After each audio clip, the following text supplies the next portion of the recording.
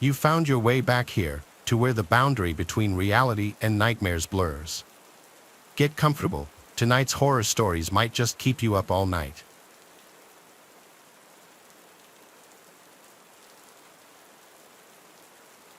A couple of years ago, when I was in college, I went to a New Year's Eve party. For a little bit of background, I'm a female and lived on campus but went home for winter break. My parents' house was only about an hour away from campus, and I had a few friends who went back to school early. There was going to be a New Year's Eve party at one of my best friends' houses on campus, so I went back there for it. First, I went back to my college apartment and then arrived at my friend's on New Year's Eve at about 5 p.m. I was one of the first people there, and we just kind of hung out until the other people came over. For a long time, it was a lot of fun, and a lot of my college friends were there, but like many college parties that I went to, things soon became a little bit out of control. A lot more people started to show up at like 10 p.m. or so. The college that I went to is a very large university. I'm not sure how many people attended, but probably well over 25,000 or 30,000. The house soon had a lot of people that I didn't even recognize in it. I was still having a good time, though, until this one guy came up to me. He was a man who looked to be in his 29-year-old and had a tall, somewhat muscular build. Now, he wasn't jacked or anything, but he also wasn't fat, he was just big. He came right up to me, seeming drunk, and started asking me questions about myself. We talked, but not long into the conversation, he asked if I wanted to leave with him. I said no. He kept asking, and I soon walked away. It was very crowded, and the guy followed me all around just about wherever I went. By that point, it was probably midnight, and I decided to just leave. I walked through the crowd of people and found my friends. I told one of them about the guy who was following me, and then I said I would be leaving. I tried to point him out in the crowd, but at that point, I couldn't find him. Then I said bye to my friend, and I left. When I first got outside, I thought that the guy had finally given up. I didn't see him, and I was walking back to my apartment, which was only a few blocks away. But when I started to walk down the street, I heard somebody leaving the house and turned around to see the guy. He yelled at me, asking me where I was going. I told him that I was going home, and he started to walk towards me. Now I was concerned that he was going to follow me all the way back to my apartment. I tried to just ignore him and walk away and hope that he would stop, but he didn't. I heard him walking down the street after me, trying to catch up. I walked as fast as I could without running. When I made it to where I had to turn, he was still behind me. He was a long way back, so I tried to lose him. I cut through a random person's yard and then went through their backyard. Once I got through there, I cut into the next block over and then walked the other way down the street. This ended up working, and when I got off of that street, I no longer saw him. I was able to make it back to my apartment, and I even checked outside when I got back to make sure that he didn't somehow follow me. Everything was fine, and I went to bed shortly after. The next day, I went back to my parents' house because classes didn't start for college for about 2 more weeks. After driving back home, I arrived sometime in the early afternoon. It was then that I saw I was added on Snapchat by someone. It was a guy named Basil. I didn't automatically assume that it was the same guy from the night before. My college was so big, and I knew a lot of people and didn't have all their snaps. To be honest, I got added by people on almost a daily basis, plus I didn't even recall this guy telling me his name the night before. But after the guy added me on Snapchat, he said hi to me, and I asked him who he was. He responded, saying we met last night, remember? That's when I realized it was the same person. Still, I asked him to clarify. He said he was at the party and then described himself. When he did, I blocked him. I wanted nothing to do with this guy because, after all, he had tried to follow me home. After that, he did not contact me, but the story doesn't end there. That night, I was at my parents' house in my bedroom. I noticed out of my window a car parked on the side of the road out front. It was kind of weird because our neighborhood was quiet and everybody's houses had long driveways with plenty of space to park. Plus, the car was parked like 20 feet from our driveway. It was a very typical looking sedan, but I couldn't see if anybody was inside or not because it was too far away. I decided to get up and walk over to the window to get a little bit better view. When I did, literally right when I got to the window, I saw the driver's door open. A man got out, and at first, I had no clue who it was. But then the guy came into our driveway and walked along the side of it. When he got a little bit closer, I realized it was the same guy. This really blew my mind. At first, I was not even near campus. I was at my parents' house an hour away. Why was he here? I watched him walk all the way up the driveway, but he didn't go into the front yard. Instead, he went around the side of the house and out of my view.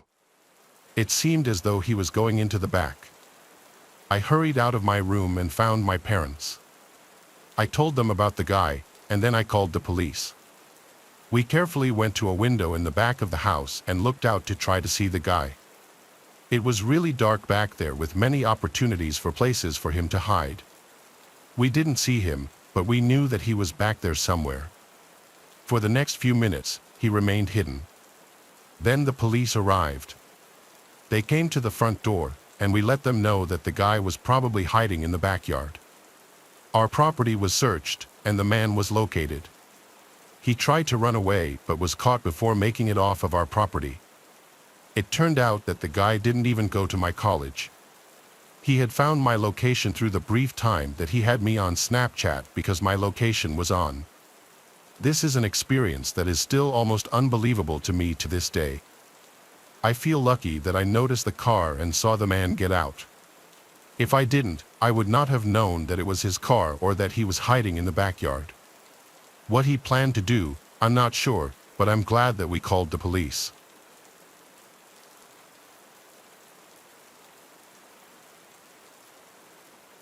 Let me give you some context before the story begins. When I was 18 years old, I lived a pretty normal life. I had just finished high school the year before the story takes place. I had always been one for horror, anything, whether it was movies, games, jump scares, you name it, and I loved it. I never seemed to be afraid of anything, and I loved that it allowed me to go and do things that made me appear tougher to girls who I was interested in at the time or who were interested in me. I thought of it almost like a superpower. My friend had always talked about this REM-induced real-life nightmare called sleep paralysis. I, however, had never experienced such a thing. My friend Ellie suffered from extreme lucid dreaming. She explained to me several times about how certain stimulators or outside factors could play into her dreams and mold them into what could potentially be a heavenly experience full of fun and wonder, or could just as easily turn into a bone-chilling nightmare straight out of hell. Being the light sleeper I am, I saw no chance of it occurring, so I kind of just let it go right over my head. One night, Ellie texted me and asked me to come over as she had just suffered another so-called evil experience due to her sleep condition. When I arrived, I found her asleep again, seemingly peacefully. I took a seat on her stool that she had for her makeup dresser right by the window and started playing a game on my phone. 30 minutes or so went by, and I figured she was peacefully asleep and it would probably be okay for me to leave as long as I let her know that I stopped by as she requested. But suddenly, Ellie awoke and started screaming. This was a different kind of scream, though, a type of scream I had never heard before, especially from her. It was almost mumbled, I don't know how else to describe it. Her eyes bulged open, and I ran over to her side. I asked her if she was having a bad dream. She started shaking. I grabbed a hold of her to try to calm her down, but the tremors grew. I asked her what was going on, but no response. I figured this was just another one of her so-called sleep paralysis episodes. I did my best to comfort her. After about 40 or so seconds went by, she regained full control of her body. I made sure she was okay and then left to go back to my house, as it was almost 2 o'clock in the morning. Right as I got home, I received a very panicked text reading, "The hallucinations won't stop." I asked her to clarify what she meant, but no response. After about 20 minutes went by, I took it upon myself to head back over to her place. When I arrived, I noticed the illumination of red and blue covering her front porch and the surrounding road signs. I ran up to her house, desperately trying to find out what happened. As I approached the house, I noticed Ellie was speaking with one of the officers on the scene. When I went up to talk to her, Ellie and the officer walked me over to a more secluded area. What I found out still sends chills up my spine to this day. Apparently, when I had gone over to Ellie's that night, she wasn't asleep at all, she was pretending to be. Evidently, right behind me was a tall, skinny homeless man hiding in her closet. The police had also found a very large kitchen knife on him as well.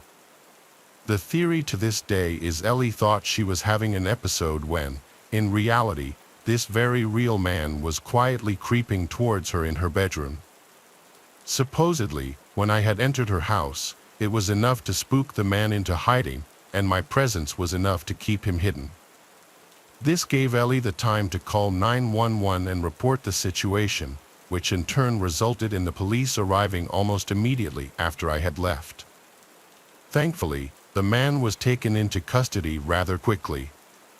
To this day, I don't know what to think about that night, other than that I could have very easily saved her life simply by keeping her company during what I thought was a very stressful situation. This, in turn, could have resulted in some very scary and heinous acts that would have taken place if I had been there any later.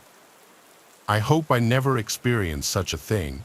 That would be what finally trips my fear factor without a doubt.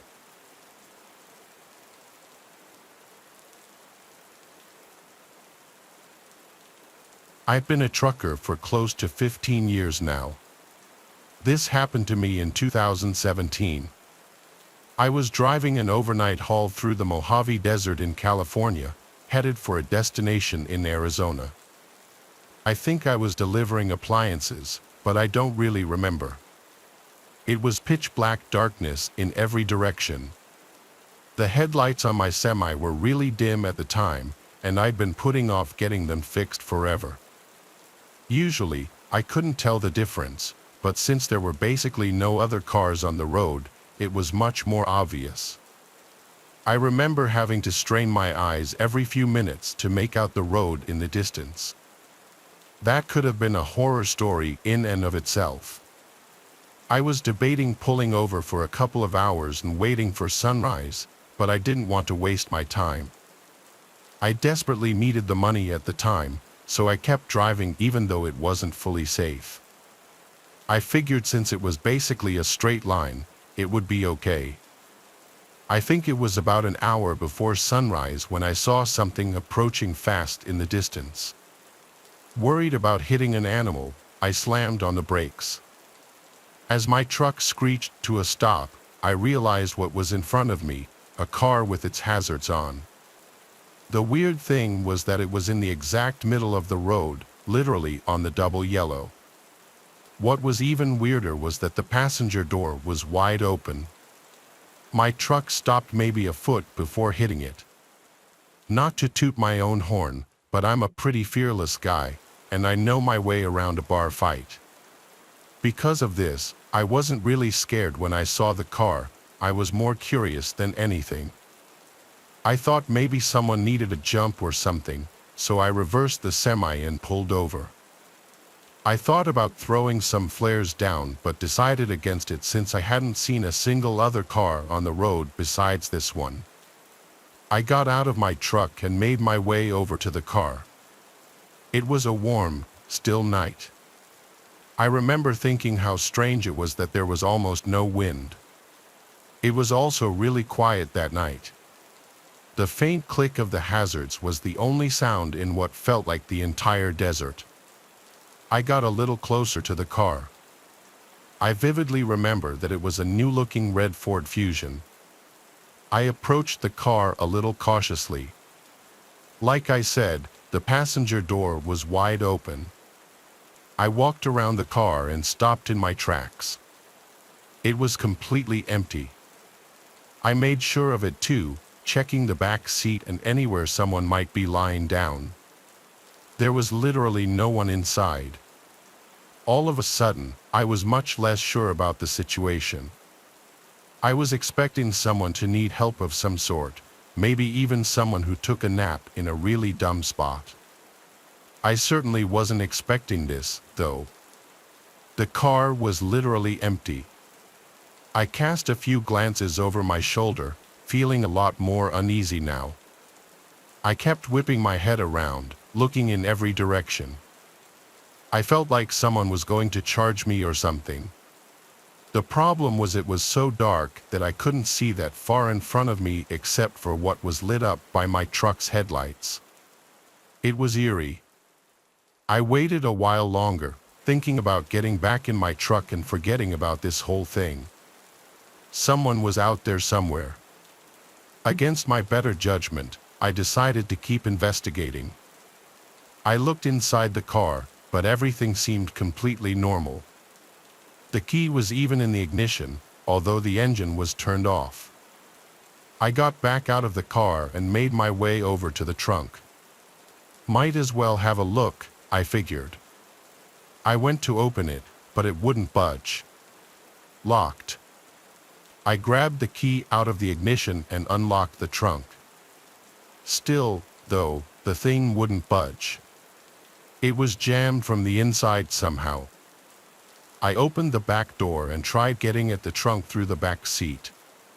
To my surprise, it actually opened. There were 3 squished garbage bags back there, along with a rope that was tying the trunk closed. I remember glancing one more time over my shoulder before reaching for them. The coast was clear. I must have been within 5 inches from one of the bags when the loudest gunshot I've ever heard rang out into the night. I slammed my head on the roof of the car in shock. I didn't even think. I threw the keys on the front seat and got out of the car as fast as I could. As I was climbing into my semi, I heard a grungy voice yelling in the distance. He yelled, "Hey," a bunch of times, and his voice seemed to be quickly approaching. I scrambled into the semi and turned it on. I threw it in gear as fast as I could. I remember cursing a bunch of times as the engine initially stalled. And that's when I saw it. As my truck began pulling out, I saw a person standing at the trunk of the car. It was a short, husky guy with red hair. He was wearing overalls and shin-high boots. In his left hand, he was holding a small shovel. In his right, though, was an old-looking hunting rifle. We locked eyes for a few seconds as my truck began to drive past him. He didn't move. I remember him not looking crazy or anything. He had this worried look on his face. As I passed him, he dropped his shovel and started waving his hands. He yelled, "Wait," a few times, but I wasn't staying there another second. As I drove away, I watched in the rearview mirror as he ran after my truck for a few seconds before sprinting back to his car. It was clear he wanted me to stop, but there was absolutely no way I was going to do that. I stepped on it, pushing the semi much faster than I should have. I drove for like 5 minutes and started to think I was in the clear, but then I saw headlights fast approaching behind me. I remember feeling more scared than I've ever felt in my entire life. I called the police and told them what happened to the best of my ability. That's when the car was basically right on my tail. It started honking like crazy at me. I honestly didn't know what to do, so I just kept driving, praying to God he wouldn't try and ram me. After like 15 minutes of this, he cut in front of me and hit his brakes, forcing me to slow down. I was just about to crash into him when finally some flashing police lights appeared ahead. The Ford veered off to the right and sped into the desert, disappearing from sight. I pulled over and waited for the officer to show up. I frantically told him what had happened, but the useless cop decided to get a report from me rather than chase the guy down. I was so pissed about that. I told the guy like twice that he could probably catch up to him if he left now. The cop told me not to worry and that they'd do a thorough search as soon as backup arrived. He sent me on my way and said they'd call me if they ever had an update for me. They never did. None of my buddies have a story this crazy, and I've told it more times than I can count. I know what you're probably thinking. That guy was definitely burying bodies. That doesn't really explain why he had such a small shovel or why he tried to follow me. The bags in his trunk were also too small for that, although some of my buddies think he might have done some dismembering. For my own sanity, I like to think that he was burying some other kind of animal, maybe putting a diseased dog out of its misery or some dangerous snakes. I really have no idea. Either way, I've never been totally comfortable driving through deserts late at night after this experience.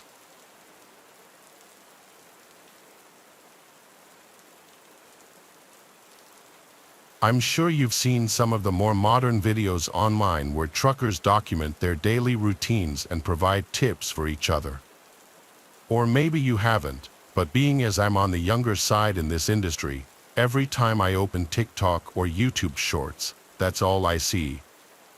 I won't get into it, but I had to drop out of a pretty prestigious university for some personal reasons, and people always tell me I could have been more than a trucker. It's honestly not a bad gig though. I've been making deliveries for north of 2 years. Obviously, the only strenuous part of the job is the long hours. You can never truly gauge how the isolation will affect you without experiencing it firsthand. My only advice would be to make peace with whatever demons might be lurking in your subconscious, because they'll definitely eat at your brain in the lonely hours. That's what happened to me anyway. This happened to me 3 months after getting employed by my first company. I was basically as new in this trade as one could get. I was driving from southern New Jersey to Lafayette, Indiana, a 12-hour drive. 12 hours driving might not seem that crazy, but factor in the fact that I had just completed an 8-hour trip, and that should put things into perspective. I wanted to get deliveries done as quickly as possible, so I opted to drive through the night. I did to Lafayette just before 3 a.m. Things were going smoothly. There were virtually no other cars on the road, so I was able to push the semi a little faster than normal. About halfway through the drive, I remember reaching down at the center console to chug a Red Bull, but there weren't any. Of course, I had forgotten to restock my truck after completing my previous delivery. After slapping my dashboard a few times, I groaned in frustration, knowing I'd have to stop somewhere. There was nothing I hated more than having to make stops during my drives. I might be unique in this, but I always get exponentially more tired when my vehicle is immobile, even if I'm only stopped for like 20 seconds. After glancing up at the navigation, I figured I had no choice, either fall asleep on the road or stop and get an energy drink. In my brain, those options were pretty much equivalent. Reluctantly, I pulled into the first service stop I saw. I had literally no clue where I was, probably somewhere in Ohio at this point. Too late, I realized this wasn't actually a service stop. It was what looked like an abandoned gas station and a repurposed convenience store. Not sure if there's any better way to describe it. Either way, it looked like there was another quick stop store not far up the road, so I figured I'd go there if anything. I parked the semi. I made my way over to the first convenience store. To be completely honest, I was expecting one of two things to happen. Either the place would be open, or the door would be locked. You can imagine my surprise then when the door swung open into a pitch-black store. I looked around, hoping maybe I'd get lucky and there would be a drink or snack left behind. Just before I was about to turn around, my eyes adjusted to the darkness, and I picked up on a faint glow emanating from the corner of the room. I made my way over to it, and the glow turned out to be coming from a back room of some sort. Curiosity got the better of me, and I opened the doors slowly. To my pleasant surprise, there was a plugged-in refrigerator against the wall. Eagerly, I opened the door but found nothing. Literally nothing. The shelves had been removed, the whole appliance had been gutted. As I was shutting the door, I was 90% certain I heard a clatter from the main room, like something hitting the floor. I froze for a good 10 seconds. Had I imagined it? There was no way. Quietly, I walked back into the main room and looked around. Nothing. Part of me wanted to keep investigating, but I didn't have time for this. I walked out the entrance door and basically jogged to the other shop. It was open, thank God. I paid for my drink and made it back to my truck. Something about this whole stop felt wrong. I needed to get back on the road as soon as possible. I took one last glance at the abandoned store and noticed the door was now open. I was 100% positive I had shut it behind me. It wasn't my job to figure out what was going on here, so I started the engine and merged my semi back onto the highway. The caffeine started kicking in and snapped me out of my tired haze pretty quickly. My mind began to wander, and I started thinking about how bizarre that whole thing had actually been. I guess a squatter or an abandoned building wasn't the strangest thing in the world, but my brain couldn't explain that refrigerator, no matter what theory I thought of. I tried to forget about it and kept driving. It was then that I started noticing weird movements in the curtain behind me. Sweat started dripping down my forehead. I watched in the rearview mirror as the curtain seemed to billow and move, even though I didn't have the air on. I thought the worst, there was someone in my truck. I didn't have any weapons on me or anything, so I discreetly punched in the nearest police station on my phone. The drive there was the most tense and horrifying 20 minutes of my life. I kept imagining that person reaching out to grab me or trying to crash my truck. Finally, I approached the police station. I stopped the semi as close as I possibly could get and basically ran over to the police station.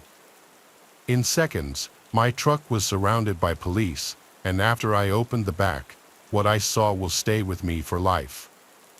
The police pulled out 3 homeless-looking people, 2 men and 1 woman. They were wearing rags and were wrapped in nasty-looking blankets. One of the men was armed with 2 switchblades. All 3 of them refused to talk but stared menacingly at me as they were getting cuffed. I have no idea what they wanted. I don't think I'll ever know.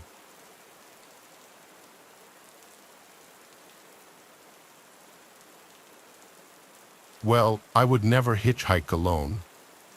I was 18 at the time and had just started college, living out of state on my own for the first time. I had a pretty sheltered life. I am also a female, so my first semester at my out-of-state college had just ended. It was May, and I was on my way home from my brother's wedding. I'm about an hour away from my current residence, with a little over 3 hours left of my trip. Everything is going great, and I'm just cruising with the traffic. It was a notably busy day for that particular stretch of interstate, somewhere on I-40 in Tennessee. As I said, all was well until I checked my mirror. There was a truck a little farther back from the side of my car in the lane next to me.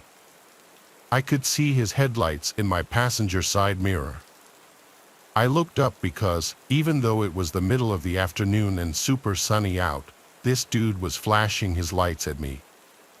I tried to brush it off and assumed he just wanted to get into my lane, so I tried moving. He stayed behind me the whole time, not letting any other cars get between us. He kept flashing his lights at me, and I looked up at him. He waved and honked. This was a red flag, but I took it the wrong way. I thought, oh, I wonder if he's signaling me to pull over. I hope nothing is wrong with my car. The only reason I thought this was because, the week before, I had gotten a hole in my tire and had it patched. I was worried that the patch had fallen out and that my tire was going flat as I traveled. I'm freaking out about my car and plan to pull off at the next exit. Fortunately, it comes up quickly, and there is a gas station with some customers visible from the exit ramp. I head there and pull up at a gas pump.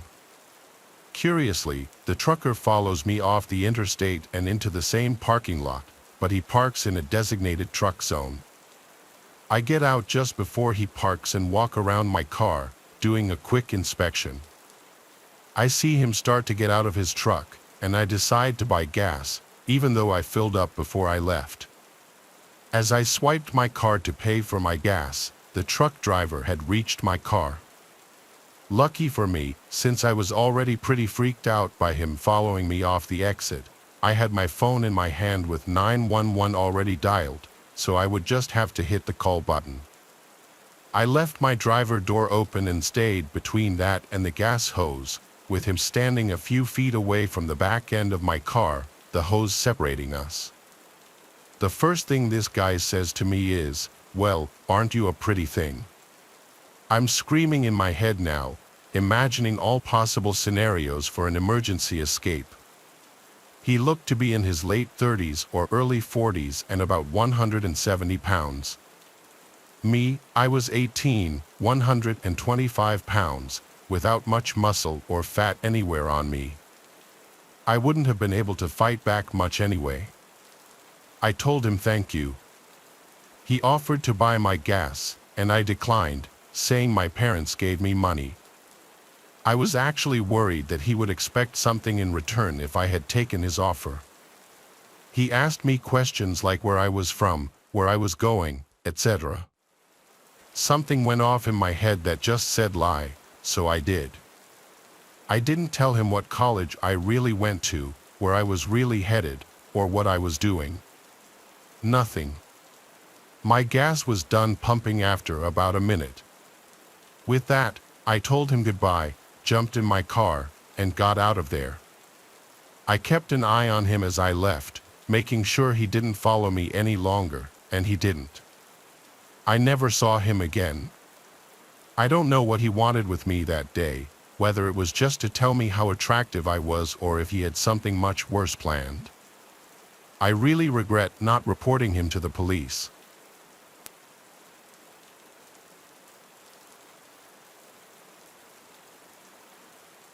Since this incident, I've always been leery of truck drivers.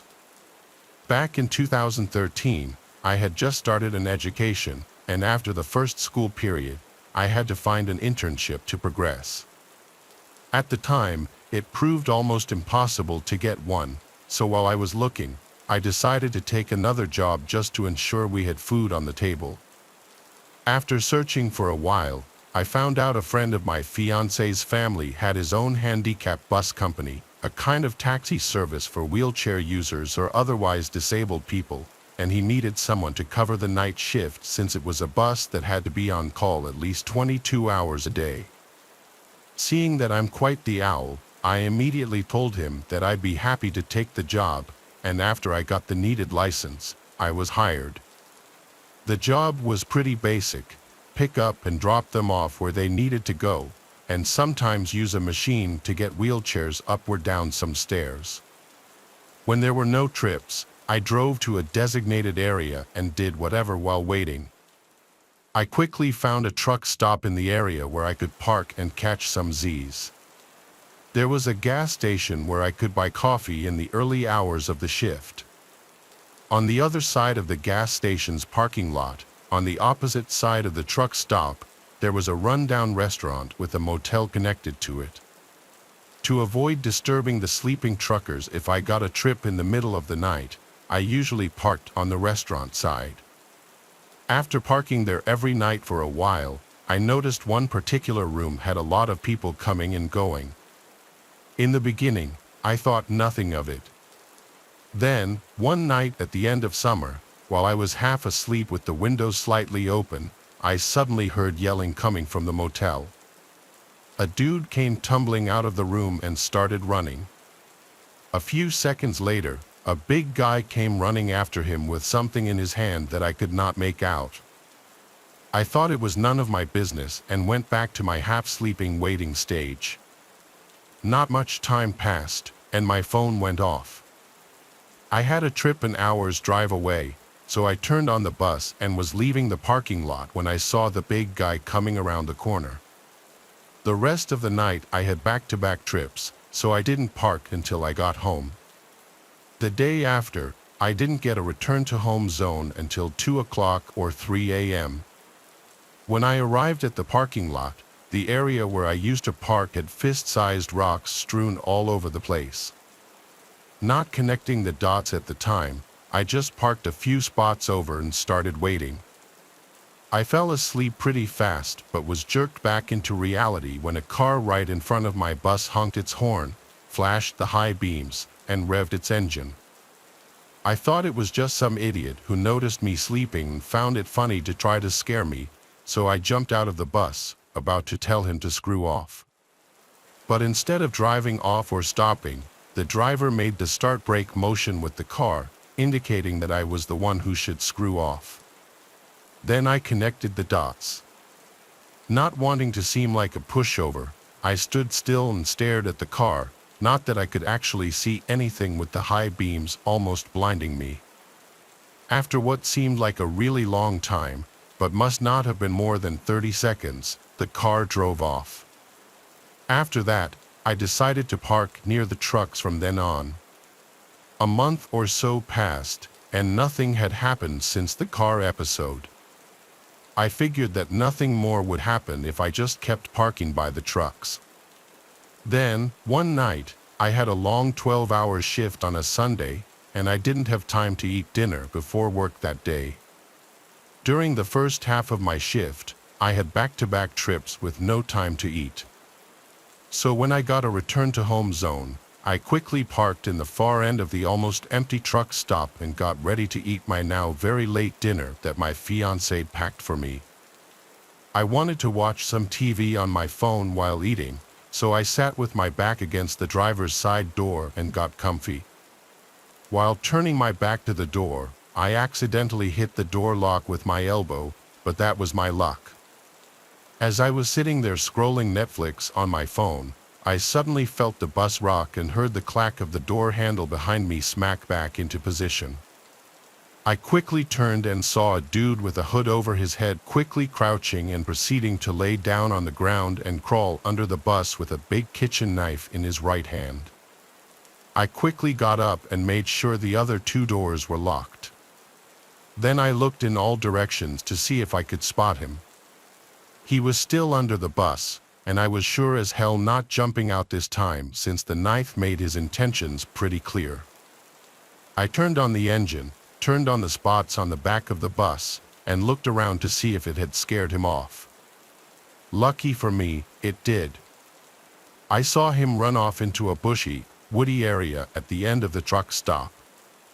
I never parked at that truck stop again after that night, and I made sure all doors were locked every time I was parked.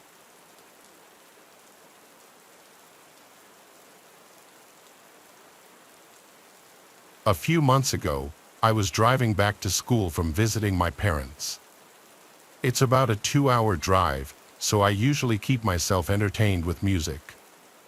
I'm a 5 feet 3 inches, 21-year-old female driving my dad's little old pickup truck alone in the leftmost lane of a 3-lane highway, dorking around to the music on the radio. Suddenly, I noticed a semi-truck going the exact same speed as me in the rightmost lane. Embarrassed for getting caught in dork mode, I stopped singing and tried to speed up so he couldn't see me anymore. He matched my speed, which ticked me off a little bit, so I looked at the driver, expecting to see some angry jerk. To my surprise, he was smiling and waving. Thrown off, I kind of chuckled and waved back. Big mistake. He moved over to the middle lane to be closer to me and now wouldn't stop smiling and waving. At first, I played nice, waving back a little because a semi-truck beats a tiny pickup truck any day. But I was mostly focusing on getting out of this guy's field of vision safely. I tried speeding up as fast as my truck would allow and slowing down as suddenly as I could without endangering anyone behind me, but he would just match my speed. If there was someone coming up in his lane, he'd move to the right at the last possible second and pass them before I could slow down and get behind them. He has a lot more practice with reckless maneuvering than I do, so he has me trapped and is using other cars to help him. The whole time, he's smiling, waving, and holding up the number 1 sign for some reason I still don't know. His charm is rapidly fading as this continues for about 5 miles. I got worried and called 911. I gave them a description of the truck: white cargo truck, black cab with Sun Pennsylvania Company logo on it, and the driver was a balding, middle-aged tan guy with a dirty blue t-shirt. They advised me to pull off to the emergency shoulder on the left, but I had never done that and it looked too narrow, so I didn't feel comfortable doing that. At this point, he was passing someone else in the middle lane, and I finally had a chance to slow down and merge 2 lanes over to the rightmost lane. I started speeding past him so he couldn't trap me again. The operator told me to take the closest service plaza about 5 miles away. She said he probably wouldn't follow me, so I could stop there for a few minutes before getting back on the highway. She told me to call if he did follow me, but she was confident he probably wouldn't, so she hung up. Now he's still holding up the sign and smiling this creepy, increasingly perverted grin at me while I avoid eye contact. The service plaza is in a quarter mile, and I'm not using any turn signals, but I guess he knew what I was doing because he braked hard and merged behind me right at the last second to join me in exiting to the service plaza. After I got my heart to start back up from the coronary area just experienced, I called 911 again. The way this service plaza was set up was that semi-trucks had to use a separate lane winding to the right of the plaza that led to a parking lot behind the plaza just for big trucks. The rest of us used a smaller lane to park immediately in front of the plaza. I parked, and as I'm explaining to the new operator what's going on, I watched the semi creep around its path while the driver stared me down, smiling. I freaked out. He knew where I had parked. He knew where to find me. If I just stayed there, I thought maybe I could have floored it to get back on the highway, but I was afraid he would see me and follow me again. So, I drove to a gas station to the left of the plaza, which had a view of the semi-truck parking lot, hoping he wouldn't find me until the police came. The operator transferred me to the woman who was helping me before. She informed me that they had dispatched a couple of police cars but couldn't tell me how long they would be. I saw the trucker had gotten out of his truck and was heading towards me. Even though my windows were closed and my doors were locked, I was panicking on the phone with the operator. She told me the police should be there soon and that I should be safe there, so I should sit tight while I kept her updated. I wanted to at least drive back to the parking lot I was in before, but it was a one-way entrance to the gas station, so I couldn't. I glared at the trucker and showed him my phone when he came close. He finally stopped smiling and made it look like he was going into the service plaza. I looked in my right side view mirror and found him hiding behind a big white pillar in front of the plaza, staring at me again. I freaked out and asked the operator where the cops were and if I could leave because he was being ultra creepy. She told me to sit tight again because they should be there any minute, so I did. Then he came out of hiding and started walking towards my truck. I put it in drive just in case and told the operator what he was doing. I refused to make eye contact with him but kept watching my mirrors to make sure I knew where he was. The smile was back, and he started walking in circles around my truck, looking at it as if looking for a way to get in. I couldn't take it anymore. I waited until he circled back behind me, floored it, and told the operator I wasn't waiting one more second for the police. She apologized and told me the police would look for the man and talk to him if they found him, and that I should focus on getting home safely while keeping an eye out for him. I don't know if they did that or not, but I know none of that would have happened if I had my boyfriend with me. So not only can't I walk alone, but I also can't drive alone as a female. Nice to know.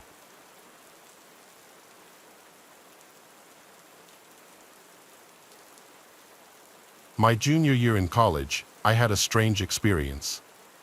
First, a few background details. My dorm room was attached to my roommate's, so I had to go out through hers to get to the bathroom or the hallway.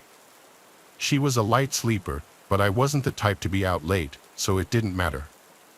I had 2 normal operations in my life at that time and discovered that while under anesthesia, I would wake up briefly toward the end before I was supposed to.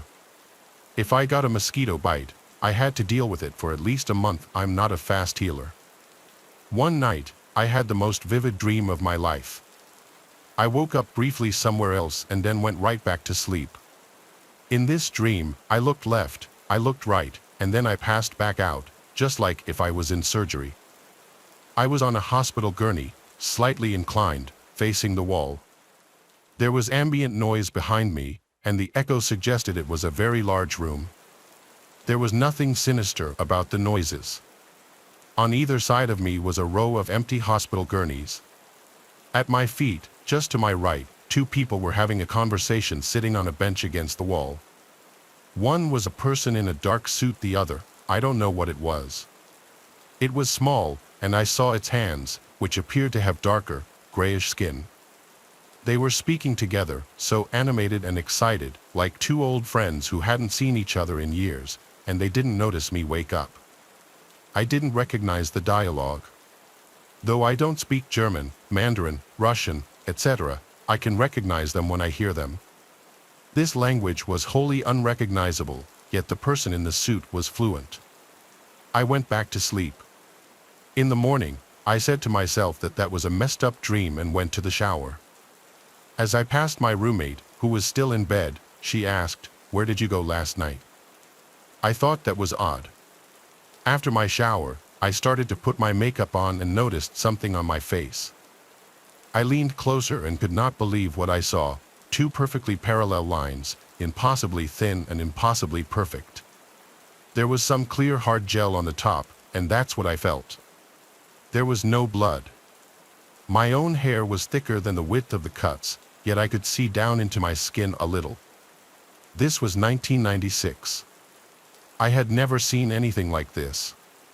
These days, I would say it was a laser cut topped with liquid Band-Aid, but neither of those things seemed prevalent in those days.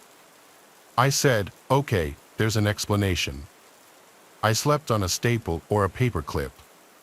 I do homework in my bed all the time. I went and scoured my pillow for anything sharp and found nothing.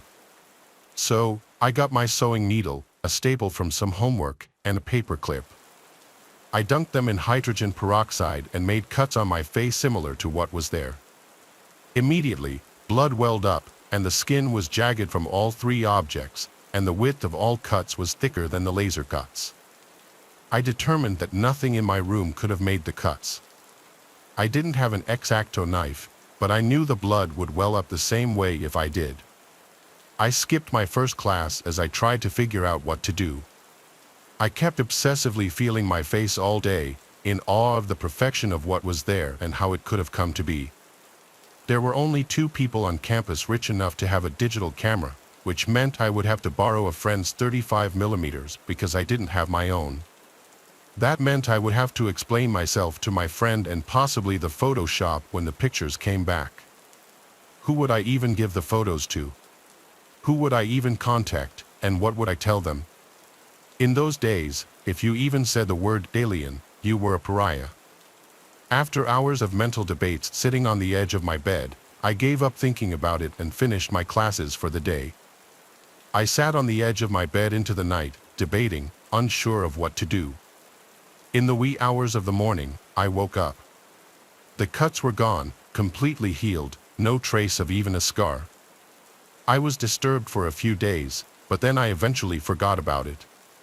A few years after graduating, I decided I was going to have some dental work done and went to 2 different offices to get quotes. They both took a full facial X-ray.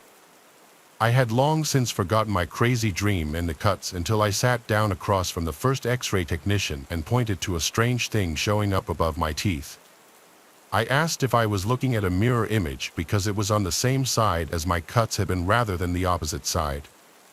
No, I was told, the X-ray was actual, not a mirror image, so the right side of the image corresponded with the right side of my face.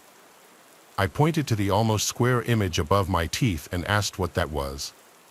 "It's just an X-ray anomaly," he said. He didn't seem bothered by it. I figured that meant there was some damage or irregularity with the X-ray plates and let it go. Then I went to the second dentist, an orthodontist, and had another X-ray done. You guessed it, the square was there in the exact same place. This time, I didn't even try to make polite small talk or beat around the bush. I pointed to the square and said, "What is that?" This time, the tech looked at me funny and said, "It's an X-ray anomaly," and she leaned closer and whispered, "We see them all the time," in a way that gave me goosebumps. This was in Spokane, Washington. I didn't know what else to say, so I said nothing. Could it be that whatever negatives or plates or whatever they used for an X-ray were damaged in exactly the same spots and exactly the same shape? Maybe, I guess. I don't know much about X-rays. But after that, I reflected on my situation. I don't feel freaked out, but I think there might be something in my face put there by somebody else. Here's what I know, we do this all the time to other species. We chase them in helicopters, shoot at them with tranquilizer darts, take rectal temperatures, take blood samples, stamp radio tags in their ears with no regard to if it hurts or the trauma of the event, or if their furry buddies will ostracize them later because they have something funky on their ear. In my situation, I was clearly well cared for, if it really happened at all. Someone was there as some kind of representative on my behalf. I was handled in such a way that if I didn't have a weird metabolism, I wouldn't have known what even happened. I never once felt pain. My cut healed instantly. If this is some kind of research-driven radio tag for the purposes of data collection or preservation of habitat or species, like we would do, they did it with far more regard for me than we have for other species on our own planet. I don't know what might happen if I get another X-ray 20 years later. I have tried to look when I go through airport security if anything shows up on the image we see in the booth, but I don't see anything. Surprisingly, I'm okay with this. I think it might just be science and nothing nefarious or evil. I wish my consent to be asked first, but I suppose it's hard to ask for consent when you're not even supposed to exist.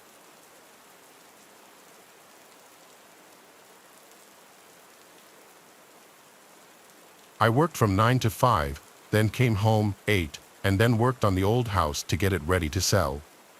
One night, after an exceptionally long and rough night of working on the house, I was on my way home when I saw in the sky something that routinely is not there. I stopped to watch the object only to see it not move at all. Now, realize this is around 1 a.m., and it's not a hot air balloon or anything like that, especially since I have never seen one in my area of Ohio. What I was looking at was an oval.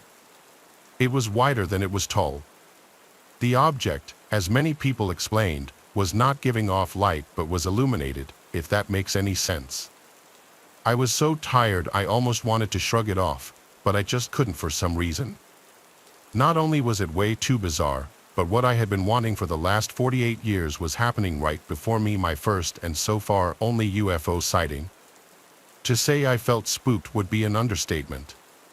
I got back into my car and drove the short 1,000 feet or so to get to my driveway and to the safety of my new home. I knew there were details I was not able to see because of the way the craft was illuminated. Then it dawned on me, nobody's gonna believe me. So, at 1:30 a.m. on a school night, I went into the house and scared my daughter and son by waking them up to witness what was in the sky. I hoped to God it would be there still, and sure enough, it was sitting right there where I left it. I am covered in goosebumps just recalling my daughter's reaction. My son was a huge skeptic, but even at the age of 12, when he witnessed it, looking back he knows what it was. I saw fear in his eyes. He stayed out with us for about a minute or two, then went back inside. My daughter and I were almost speechless. It was beautiful in a way, but we both agreed that it gave off a feeling of fear or dread, like we were not supposed to be seeing this. Then it struck me, I should get some binoculars. I happened to know right where they were because I did most of the boxing for our move. I grabbed the binoculars and was stunned at what I saw. The best I could describe it was it looked totally old on the bottom, like it was made from old clad iron ships long ago, pounded out metal, like with rivets and seams. The top looked very modern, I guess you could say. I remember it had something that resembled what I would call headlights on the back window, like some old cars. I also remember the top almost being shaped like a genie's lamp. My daughter looked through the binoculars and had a terribly similar description. Then I saw something that freaked me out even further. It now looked as though the craft was sitting on a long, thin, yellowish pedestal. I could not figure out what I was now seeing. I gave the binoculars to my daughter, by the way, she was 16 at the time, and asked her to explain to me what she saw at this time, what had changed. I could hear the absolute fright and quiver in her voice. I will never forget what she said, "Dad, there's a beam of light coming out from under whatever it is. I'm scared, Dad. I think we should go in." We could not shake that feeling of fright and the feeling that we should have never seen what we did that night. Both of our bedroom windows faced out directly where this craft could be seen. I found out later my daughter stayed up until morning on live video chat with her friends, absolutely terrified. After showering, I laid in bed exhausted but overwhelmed by what we just saw. It was at this point that I noticed the craft was moving, but at such a slow rate it was undetectable until I was able to compare it to something stationary, which was my vertical windowsill. I will never forget that dull, eerie, pale yellow light this craft illuminated. I forgot to mention that if you held out your arm, the craft was just slightly larger than the width of your thumb, if that makes any sense. I was told later that that is quite large. Eventually, the craft traveled out of sight, and I crashed from exhaustion.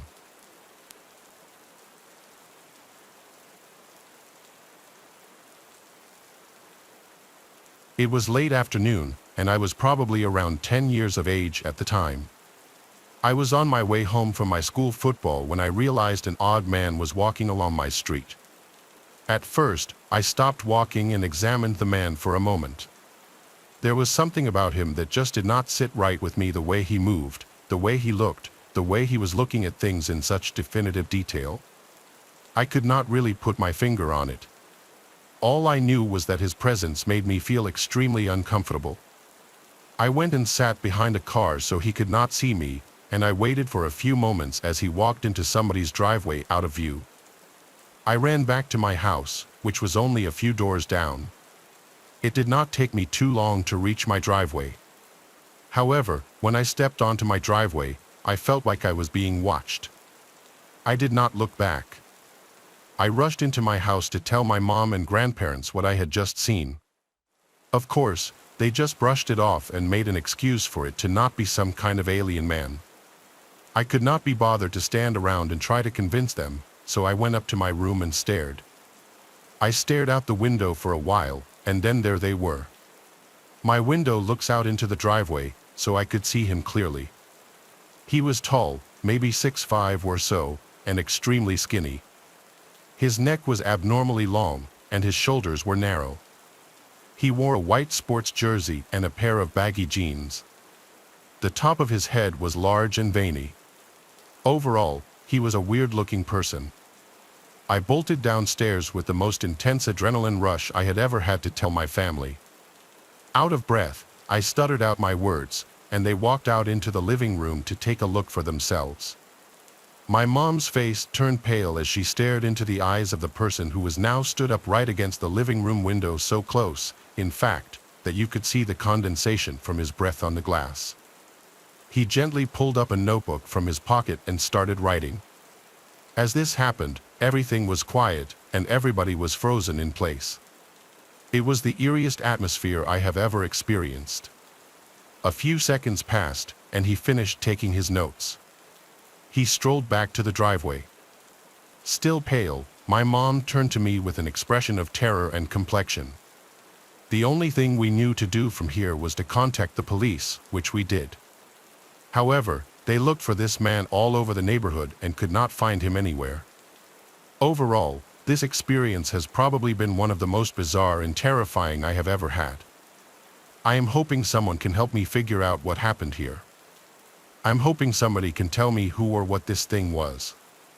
I've read a lot of things online, and this sounds a lot like abductions I've heard in the past. Luckily, I didn't get abducted, but what do you guys think?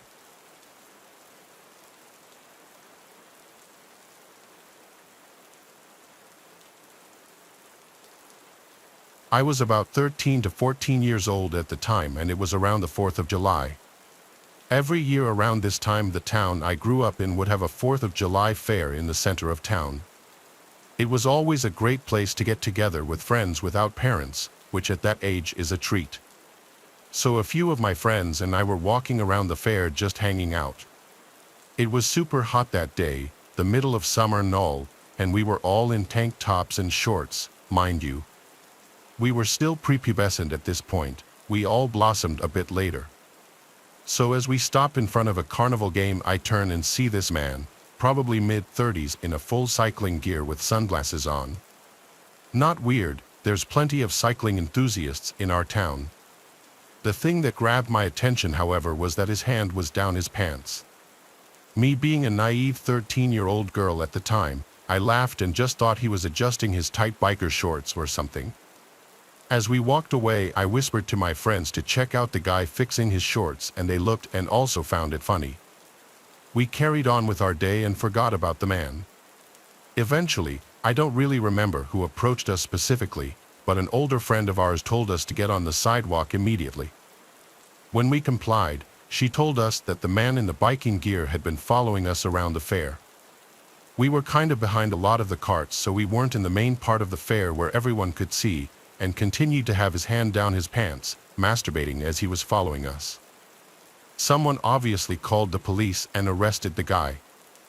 I heard later that they searched his car and found porn inside and a few other suspicious items, but I never heard any more about him or who he was. My friends and I never really mentioned it after that as well. I don't think we fully grasped the situation at the time and just kind of blocked it out. I mean, still to this day, almost 10 years later, it makes me squirm when I think about it. Let's not meet again ever, creepy cyclist.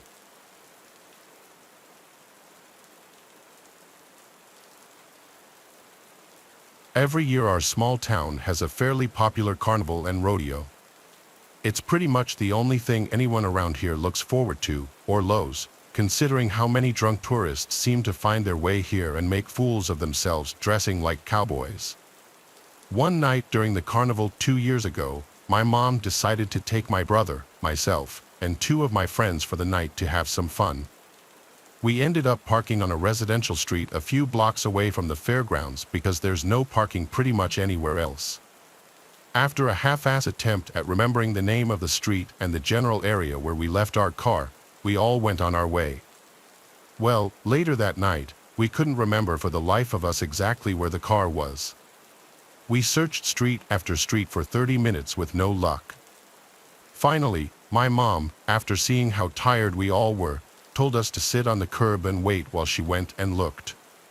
We were all well aware of stranger danger and were in a nice neighborhood, plus the community rarely has problems with violence of any sort, so we 3 15-year-old girls and 1 12-year-old boy thought there was nothing to worry about. 5 minutes after my mom disappeared, we hear the grass crunching on the lawn behind us, and all of us whip around to see who was now standing there. An older, lanky man with a hunchback and the coldest expression I'd ever seen was staring at us. Because his back was hunched, he stood there kind of crookedly. He didn't move or blink as he glared at us. "Why are you sitting on my curb?" he snapped, still not moving. It was unnerving how still he was. We immediately felt guilty, thinking this was just some scared or confused old man wondering why some teenagers were sitting outside of his house. I explained the situation to him, that my mom had gone to find our car and we would move across the street if we were bothering him. He stayed silent for a few seconds, then stared me down and said, "Come inside." The next few minutes are a blur as my adrenaline kicked in, and I was getting more and more scared of this man by the second. We didn't have the sense to just run. For some reason, he kept repeating, "Come inside." "What are you waiting for? Come inside my house. Get over here now. Get in my house." No matter what we said, he didn't seem to hear, and he thankfully didn't move from his spot on the lawn, like he just expected us to come with him. He was especially focused on my friend and me, just telling us over and over again to go with him inside his house. No matter how much we tried to get in his head that my mom was coming back soon, the look in his eyes just kept getting colder and more furious the longer he stood there. It didn't occur to me that his hand had been hidden behind his back the entire time until my mom showed up. We were all relieved, saying, "See, we told you, there she is." And like now, my mom is a scary woman. She does not take shit and she'll happily start throwing punches if she feels the situation calls for it. So immediately she was in Mama Bear mode and furiously telling off this old man after she saw how freaked out we all were. He was just now starting to move back to his house. He slunk away from her and glared at the four of us, batting his free hand at her, cursing and mumbling to himself. We watched him go, and as he turned around, my blood went cold. In the hand that he had been hiding was a large knife. It glinted off the street lamp, and we all hurried away to our car that my mom had found. My friends and I tried to laugh it off, but we were all scared and not willing to be alone for the rest of the night. It's seriously scary to think about what was running through that old man's head, especially since he was holding that damn knife the whole time. So, creepy old man with a knife behind his back, let's not meet.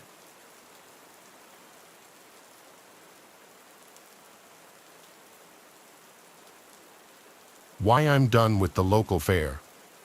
Every year since about the 5th grade, I've gone to our little town fair. It used to be in the mall parking lot, huge, well-kept, polite staff, and always busy for the week or so it was here.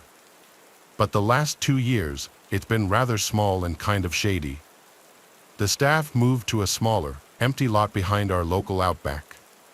This year, my boyfriend took me as a little, "I'm sorry we're not going to prom" gesture. We're walking around for a little bit.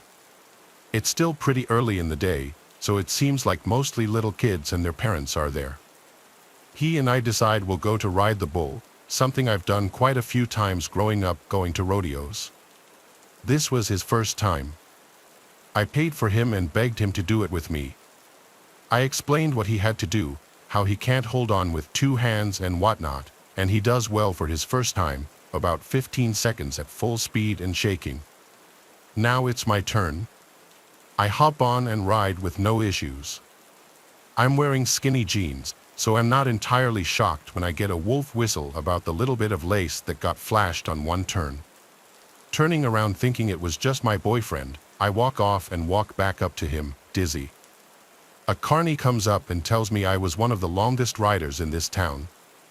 I quickly thank him and give him a big, proud smile, holding on to my boyfriend. He quickly pulls me away to the carousel and leans down to kiss me. I stand up on my tiptoes to reach him. The same carny, apparently working this ride, comes up to us and, in the most sarcastic tone possible, goes, "Aren't you cute?" Keep in mind, this guy is probably about 30 years old and smells like weed mixed with fair food. He looks at my boyfriend and goes, "But maybe she deserves someone a little better fit for her, or at least knows how to ride a bull." I pull my boyfriend out of line, pissed off and grossed out. He tells me we'll go when the guy's not there. We walk around some more, get some treats, and ride some other things. Probably about an hour later, we head back to the carousel. I'm carrying my big stuffed koala bear, and we get back in line. No sign of the creepy carny. We get our wristbands, stand, and get on.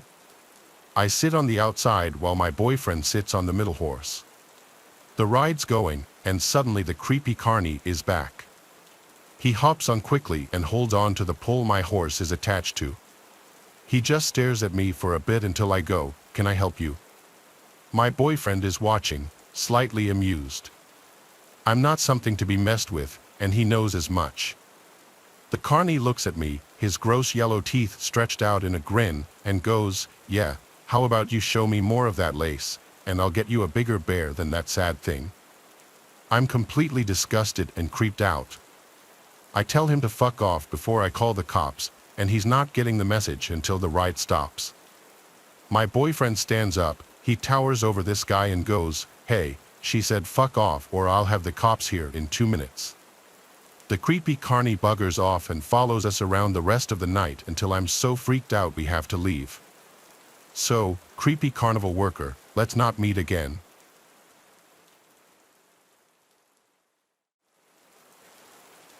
Ever since I was a kid, I loved carnivals. The lights, the games, the unpredictable joy of it all. I know lots of people find them weird and childish, but not me. Growing up in a small town in Indiana, it's not like there was a whole bunch to do. So whenever the carnivals would roll through town, you best believe I was spending as much time there as I possibly could. It's been over 20 years, and I still enjoy the atmosphere of a local carnival. Despite what I'm about to tell you, I think my love for carnivals is something I'll never lose. I was like 9 or 10 when this happened, and I was a kind of nerdy kid growing up. In the days leading up to the spring carnival, I found myself in the library reading up on whatever I found interesting at the time. For whatever reason, I wound up in the history section. I remember the books being literally caked in layers of dust. That's how long it had been since they were even touched. I was flipping through a book on the history of our town when a small, faded slip of paper fell out from between the pages. Confused, I leaned down to pick it up. To my pleasant surprise, it was a ticket for our local spring carnival, dated over 15 years ago. The odds of something like that happening had to be extremely low. I was ecstatic. This ticket would make a great addition to my miscellaneous collection back home. What was even cooler, though, was the fact that the date on the ticket was just 2 days away, when the carnival would certainly be in town. As I predicted, the carnival cruised into town the next morning, so I figured, why not use the old ticket just for laughs, to see what the booth attendant would say. I wanted to get it punched anyway. The next evening, I headed to the carnival with the ticket safely tucked away in my pocket. As I approached the entrance, the carnival seemed just as lively as ever, the air filled with the scent of cotton candy and popcorn. I pulled out the ticket at the gate, handing it over to the guy at the booth. His face changed the moment he saw it. He went pale, his eyes widening slightly before he masked his reaction with a forced smile. It was honestly a little creepy. Enjoy your evening," he stammered, handing me back the ticket without punching it. I was so weirded out by his reaction that I forgot to ask him to punch it. I shrugged it off, though, thinking maybe he was just new and confused about the old design of the ticket. I wandered around, played some games, and enjoyed a funnel cake. The night was perfect, but I couldn't shake the feeling that something was off. I felt eyes on me, observing. Maybe it was just paranoia. I tried to ignore it at first, but I kept noticing the carnival employees giving me weird looks. After a while, I got fed up and decided to ask one of the older game operators about it. I found a kindly-looking elderly man running the ring toss booth. I showed him the ticket, and unlike the booth guy, he didn't even try to hide his shock. He glanced around nervously before leaning closer. "Young man, where did you get this?" he asked. After telling him where I found it, I started feeling uneasy about the whole situation. Maybe I should have just kept the ticket at home. "You found something you weren't meant to find," the old man started, his voice dropping to a whisper. This ticket is part of a story that the folks around here don't talk about much. About 15 years ago, something terrible happened during the carnival right here in this town. He paused as if weighing whether to continue. There was a young worker, name of Win, nice kid, everybody liked him. He was responsible for one of the rides. I can't remember which. One night, he just disappeared, vanished without a trace. The police found his wallet, but there was nothing in it except a ticket that looked an awful lot like this one, he said, gesturing towards my hands. The atmosphere around us seemed to drop a few degrees. He continued, they searched everywhere, even drained the local pond, but no sign of him. After that, strange things started happening every time the carnival stopped here, accidents, things going missing, odd sightings. People said it was Win trying to come back, or something worse that took him. I could feel a chill running down my spine, but a part of me was skeptical. And you believe that? I asked. The old man shrugged. I've seen enough to keep an open mind. But the point is, the ticket you found might stir things up. It's best you get rid of it. Leave it here. He then motioned for me to give it to him, but I was reluctant. I looked down at it, reading it over again as if there was some kind of secret I was missing. How could a ticket be the cause of all that? I questioned, still not fully buying it. The look in his eye got darker, his tone switched almost as if he were angry. Give it here, he told me, almost in a growl.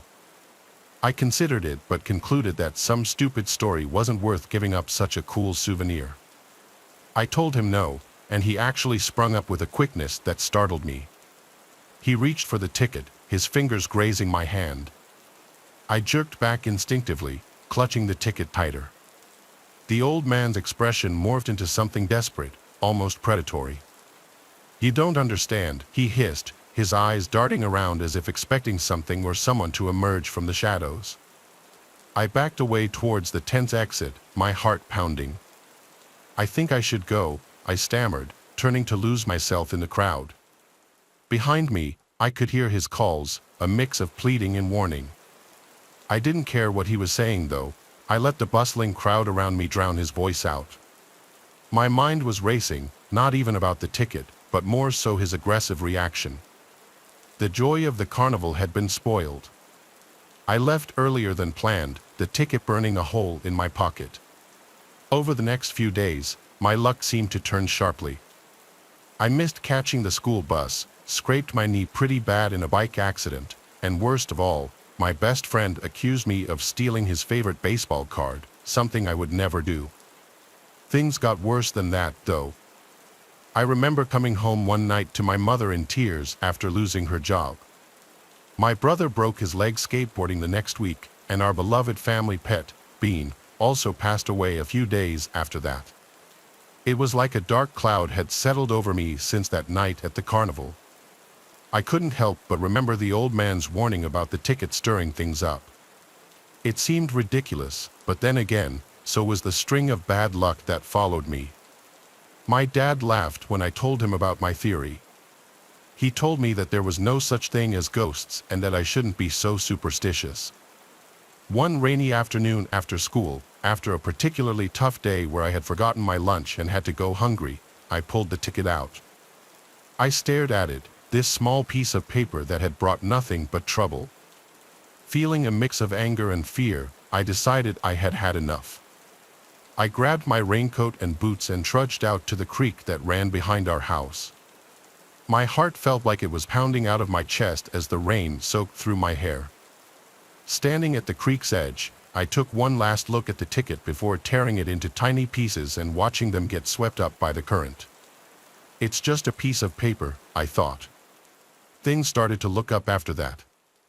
My friend found his baseball card and apologized to me, and we became friends again. I didn't miss the bus a single time that school year. My mom got a better job in the next couple of days. Whether it was all a coincidence or that ticket really was cursed, I couldn't say, but one thing was for sure, I learned to be more careful about what I picked up and brought home. I don't believe in the supernatural, even after all this stuff happened to me. My parents liked telling me that I imagined everything because I was so young. It's still hard to fully explain it, but I've long since accepted it as one of those weird coincidences that you just can't explain.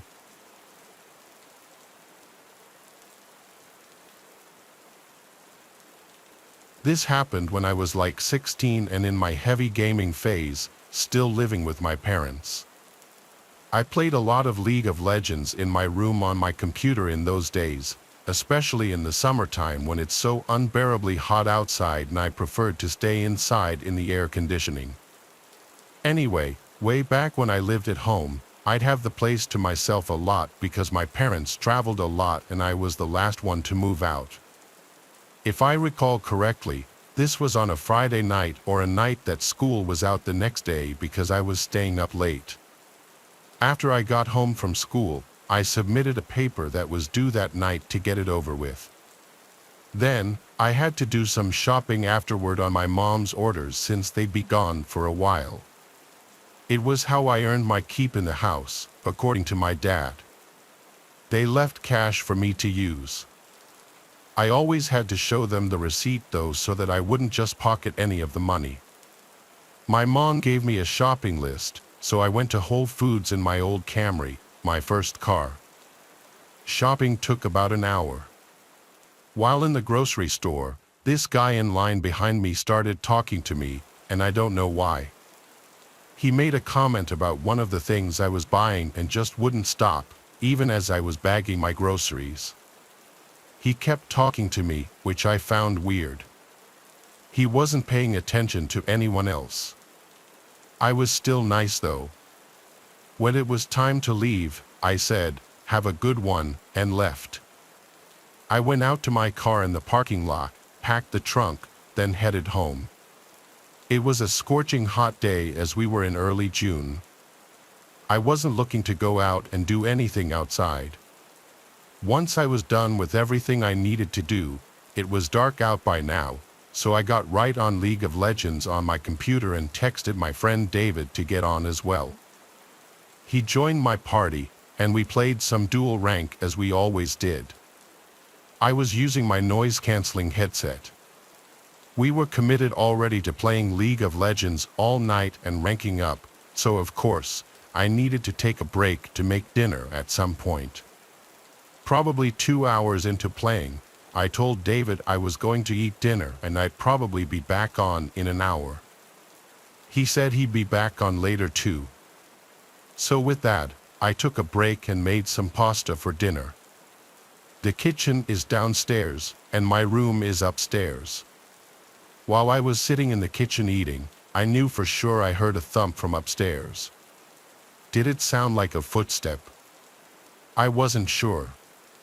It could have been any number of things, but the last thing I'd imagine it would be was a footstep. I did, however, go and lock the front door. Now, oftentimes for a while, I would leave the door unlocked just because my parents' house is in a good side of town, and I just never took the idea of a break-in seriously.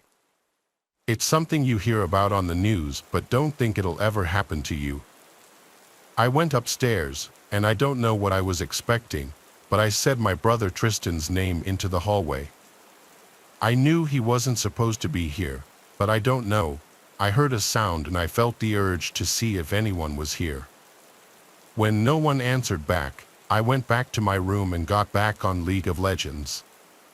I put my headset back on and texted David that I'm going back on. Shortly after, he came back on.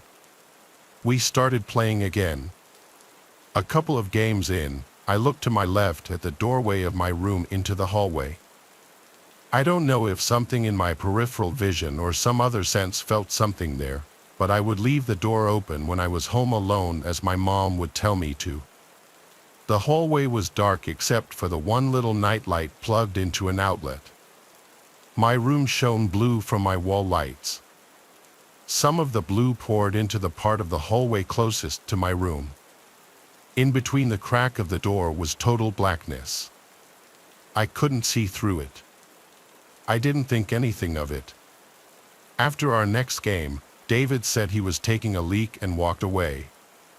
While we were in the lobby, I looked at my phone, then looked back out to the hallway, and I noticed something was different. Now I could see through the crack of the door into the hallway. My first thought was someone blocking it just minutes ago? By instinct, I spun my chair around to face the bed behind me, and there was a man sitting on my bed with his freakishly upright posture and his hands resting on his thighs. He almost looked to be smiling. I was so alarmed I jumped out of my seat onto the desk and crawled onto the desk, causing my monitor and basically everything else to fall off of it. I screamed, "What do you want?"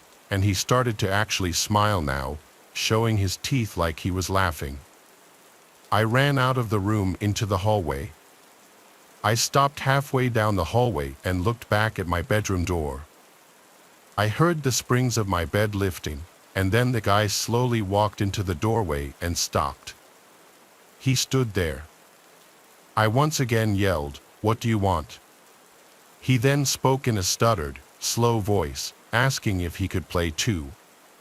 I asked, "How did you get in here?" He stepped a few steps forward and pointed down the stairs. I assumed he was implying he entered through the front door. I was at a loss for what to do, so I ran down the stairs to the landline phone, as my cell phone was still in my room. I grabbed the phone and a kitchen knife and screamed, "You need to leave. I'm calling 911. I heard footsteps walking down the steps, and the last time I saw the guy was when he walked past the kitchen, looked at me, and then I heard him walking out the front door. I ran to slam it shut and lock it. For the first time ever, I was ashamed of myself for leaving the door completely unlocked. I held the phone for a few minutes, deciding whether to tell my parents. Ultimately, I did. My mom was concerned at first, then grew livid, so much so to the point that she put my dad on the phone. He told me to go through the house and make sure nothing was taken. I went through every room, and honestly, everything seemed in place. I said the man seemed like something was off about him. The man didn't seem overtly hostile, but something was wrong with him, and I don't know what his intention was. The image of him sitting on my bed and the realization that he was watching me through the crack in the door was haunting enough.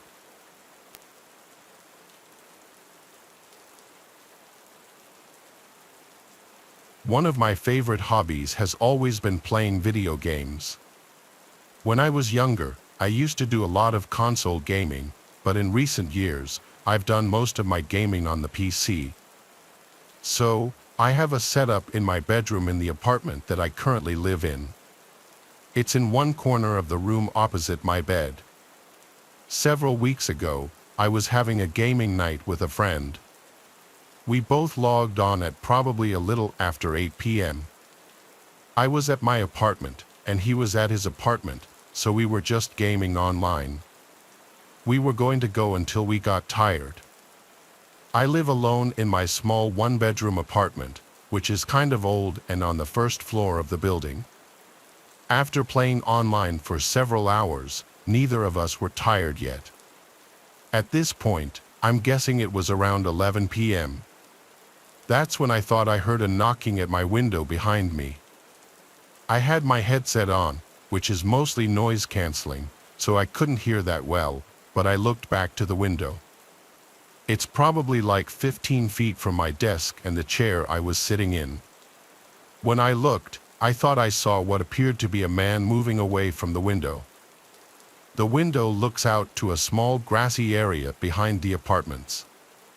Then there's a fence between the next property and a little woods before another apartment complex.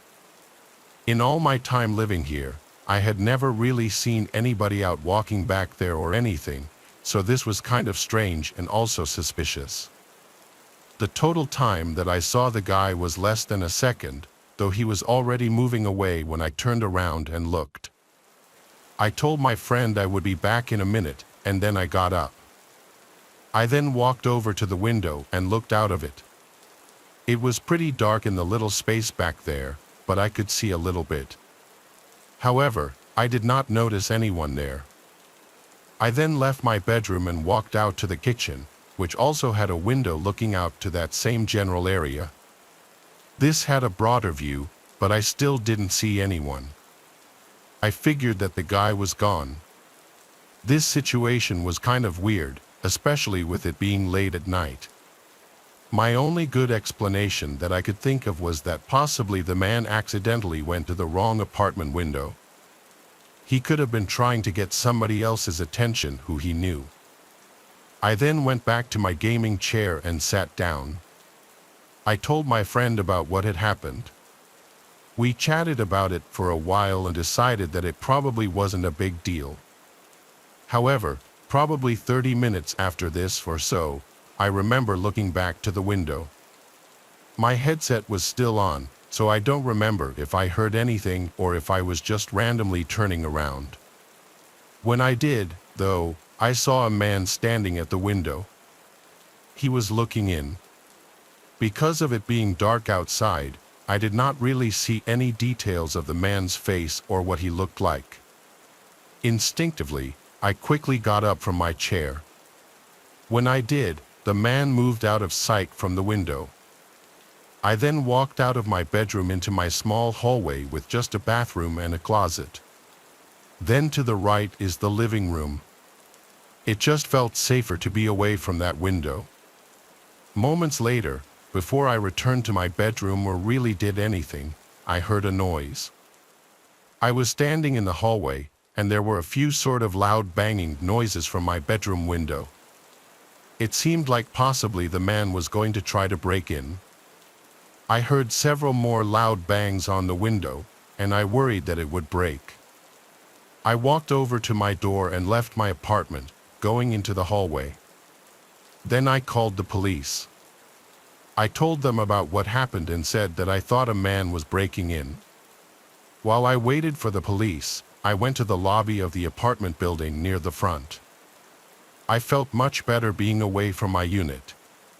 The police got there minutes later. They searched my apartment and behind it. When I returned to my place, I saw that my window was actually broken and the man had gotten in. Several things were messed up. I was also missing several items. However, the man was able to escape before the police got there. At the end of the day, I was just glad that I left before he broke in. With the window being broken, I went and stayed at a friend's house for the night. The window got repaired the next day.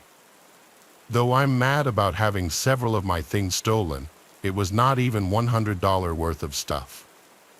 I am, however, sort of concerned that something like this will happen again. I still live in the same apartment, but luckily, nothing like this has happened since.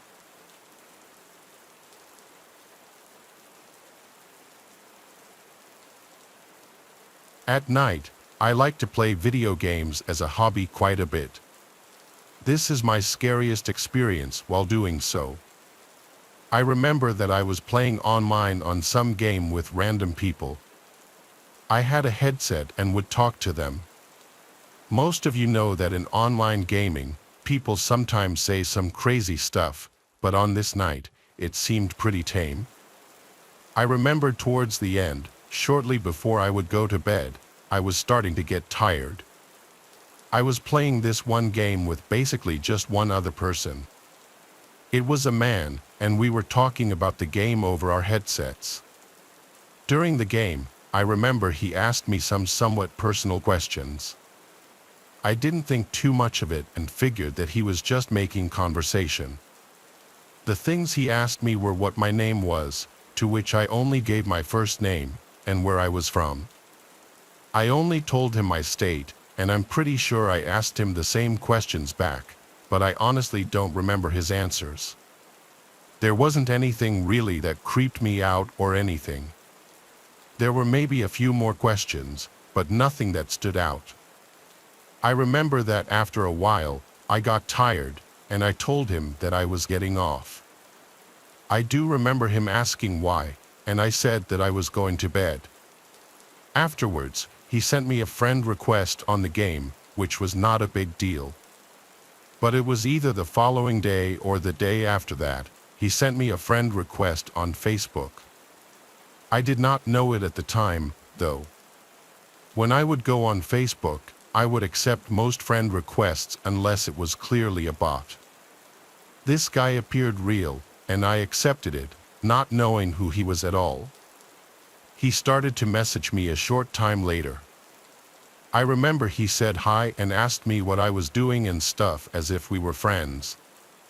I asked him who he was and he responded, saying we had played video games together a few days earlier.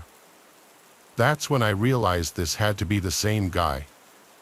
Obviously, I had no idea what the guy looked like. When I heard this, I was surprised that he had found me on Facebook. I never told him my last name or the city that I was from. It kind of creeped me out. Plus, based on the guy's page and photos, he did seem pretty weird. I decided at that point to delete him as a friend. But the day after that, the guy followed me on Instagram. He then started messaging me there. He asked me why I deleted him and sent me like 4 other messages. When I saw them, I deleted and blocked him from Instagram as well. I thought that was the end of it, but a couple of days later, I got a text message from him out of nowhere. An unknown number texted me. When I looked, I figured it was a wrong number until the texter said their name, and it was a long, angry text about how I blocked him and stuff. This creeped me out more than anything. I blocked his number and hoped that I would stop hearing from him. Obviously, I deleted him from being friends on the game as well. After this, I did stop hearing from him. I still wonder, though, how he found me. I mean, the only thing he had to go off of was my first name and state. How did he find my number? My only thought is that he possibly messaged somebody who knew me on Facebook, claiming that he was my friend and wanted to know my number or something. I never asked around, so I can't confirm it, though. Either way, it's really creepy what he did, and I'm glad that I haven't heard from him since.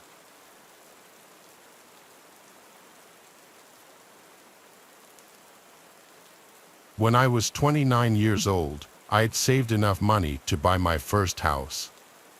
It wasn't anything special, and honestly, all things considered, it wasn't in the best neighborhood either. But I was still proud of the accomplishment nonetheless. I'd met all the nearby neighbors within the first 2 weeks I moved in. Considering the neighborhood, I was surprised to discover they all actually seemed pretty nice. A couple of them even invited me over for dinner a few times, and having lived in different apartments all my life, this wasn't really something I was used to.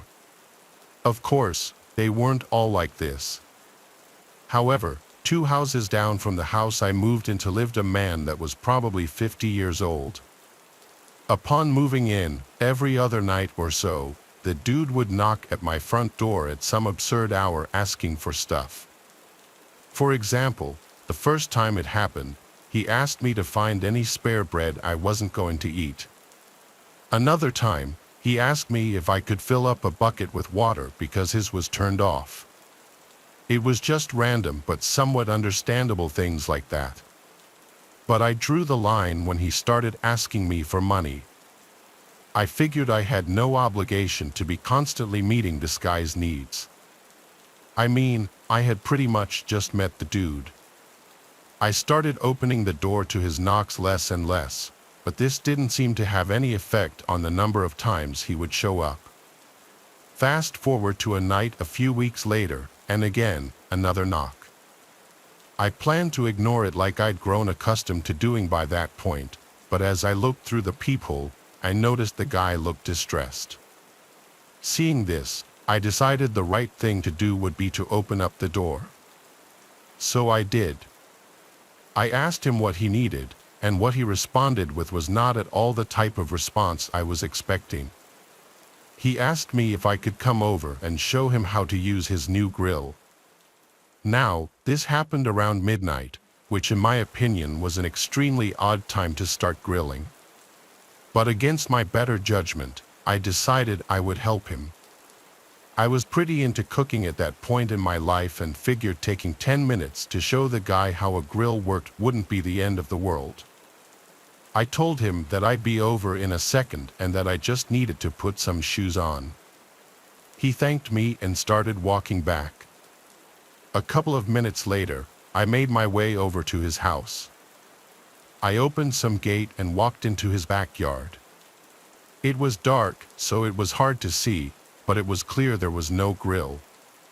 On top of that, the guy was nowhere in sight, although his back door was wide open.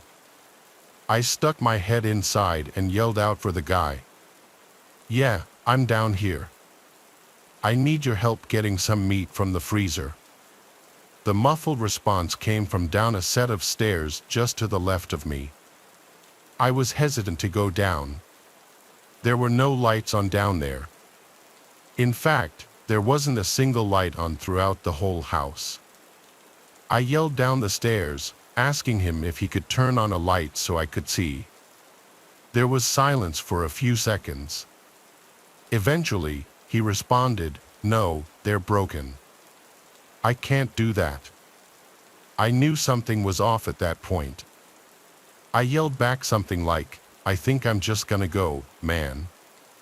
I kid you not, the second after I said this, audible footsteps started sprinting up the stairs. My flight reaction kicked in immediately. I ran directly back to my house and locked the door behind me. I pulled back a set of curtains and looked out one of my windows, but I didn't see anything. I was terrified. I thought about calling the police, but decided against it, figuring I really wouldn't be able to prove anything that just happened. For the next few days, I didn't leave my house for anything except work. During those days, I never saw the guy nor did any late-night knocks occur. Exactly 1 week after it happened, I was talking with my neighbor across the street. The conversation eventually landed on what I experienced and how I was planning to move because of it. But I was just met with a look of confusion. I was then informed that no one lived in the house I was talking about. It had been abandoned for 2 years. This prompted my neighbor to call the police. However, the police would find nothing inside or around the house. I moved out a few weeks later, so that's all I know. I'm not sure if anything else came from the situation or not. I still don't know who that guy was or what he was trying to lure me into.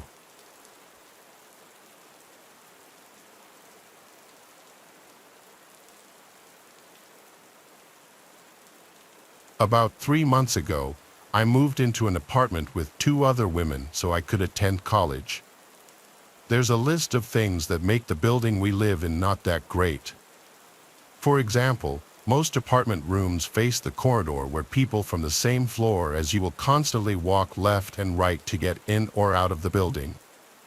So if you keep your windows open, anyone pacing outside can see into your room. But considering I spend most of my time at college, and the girls I live with and most of the neighbors are really nice, the things on that list don't really bother me that much. A few nights ago, while getting ready to go to bed, I could hear music playing from somewhere, mostly pop songs from the 2000s. Since we live in a student-friendly city full of frat houses and the like, I thought nothing of it. There were probably a bunch of parties going on, and the sound was coming from one of them. Or maybe it was just some drunk friends listening to it on the street. I got into bed and let a random video play on my phone so I could fall asleep, as I often do. But as I was starting to doze off, I started to hear drilling noises. At first, I thought I was just sleepy and hearing things, or maybe it was coming from my phone. But I paused the video and listened closely. There was definitely someone using a drill somewhere nearby. I got up and walked around the apartment, feeling confused. It was around 10:30 p.m., so there was no way that someone could be working still. The sound was louder at my bedroom window, so I opened it to check and quickly realized that it was coming from the neighboring apartment, the one that's closest to my window. At that moment, I realized that music was also coming from there. No one lives in that specific apartment, so my confusion only grew. But then I figured maybe someone had planned to rent it, talked it over with the landlord, and he ordered for something in it to be fixed. Still, the fact that they were doing it so late into a Thursday felt really strange. I went back to trying to sleep, but they wouldn't stop making noise. I was texting a friend and eventually started complaining about it, sending him audios and even a video directed at the window that all the noise was coming from. He said I should call the police because there was no way it was legal for someone to be doing this, especially in a building full of apartments. I decided against it since I just wanted to get some rest, and it was already past midnight by then. I forced myself to sleep through the drilling sounds, but a little past 1 o'clock in the morning, I woke up again, this time to hammering. Feeling stressed, but not enough to take action just yet, I tried to sleep once more, only to wake up again. This time, I didn't even check what time it was. I was totally fed up, so I just put on a robe and made my way to confront whoever it was. The window to the apartment was open, so I decided to talk to those people from there. The window was located above the stairs, though, so I would have to go down a few steps to get into view, and I'd look even shorter being seen from there. But that was the last thing on my mind. As soon as I got to the window, I felt most of the courage leave me. In that room, there were 4 men who all seemed to be around their 30s or 40s, and they all stopped whatever they were doing to look at me. Now only the song coming from the radio could be heard, and somehow it felt chilling to have all those other noises stop so abruptly. Even though that's everything I wanted just seconds earlier, I definitely didn't want to be the one thing these 4 men were focused on. Another thing that bothered me, but I didn't think about until the next day, was those men's peculiar choice of music.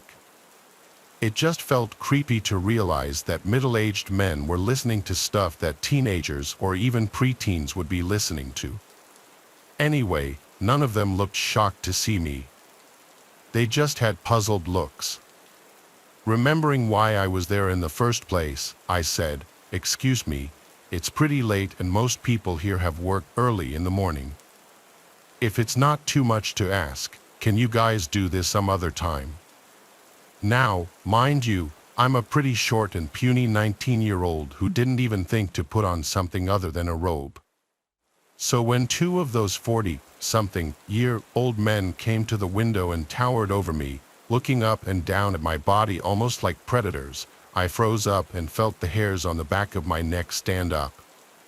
They were both sweaty and had their mouths agape, and one of them had a hammer that looked quite heavy in his hand. They started smiling in a sick, twisted way, and I felt a sudden urge to throw up. Extremely unsettled, I started slowly making my way back to my apartment, not taking my eyes off the men, feeling like they might try to grab me. When I got to the last step of the stairs and close enough to the window, as soon as I was out of their view, I dashed to my front door, got inside, and locked it. One of the girls who lives with me was out of town that night, and I presumed the other one was asleep since she hadn't seen my text on our group chat asking them if anyone had moved into that apartment. I got back into my room and didn't hear any tools again. In reality, even the radio seemed to have been turned off. I wasn't really sure how to feel about that because now I wasn't angry, just disgusted and creeped out. I know I should have called the cops by then, but I was just too stressed to deal with that any longer. Checking the time, it was about 2:15 now. I got into bed again, tricking myself into thinking I wasn't scared, just craving some sleep. Eventually, I passed out. I woke up in the middle of the night again. This time it was around 3 o'clock, and I could hear no sounds coming from the apartment. Everything was quiet, and that quickly started to bother me.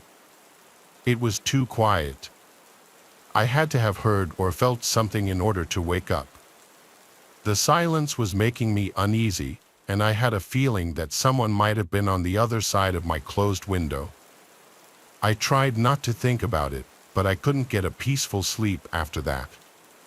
The next morning, as I was going out, I went past the same window and noticed that it was closed. It was as if this previous night had never even happened. But I asked the girl who was home with me if she heard anything. She said she had woken up several times during the night but couldn't get up and do something about it due to sleep paralysis. Either way, that confirmed I wasn't delusional, those people really were there. But then how did they have the keys to the building and that apartment?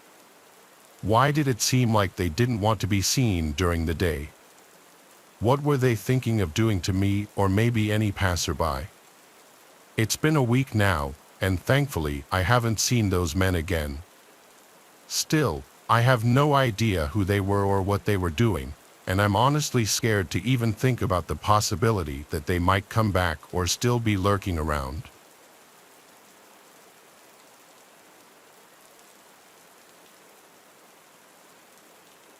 My childhood was normal and nothing out of the ordinary.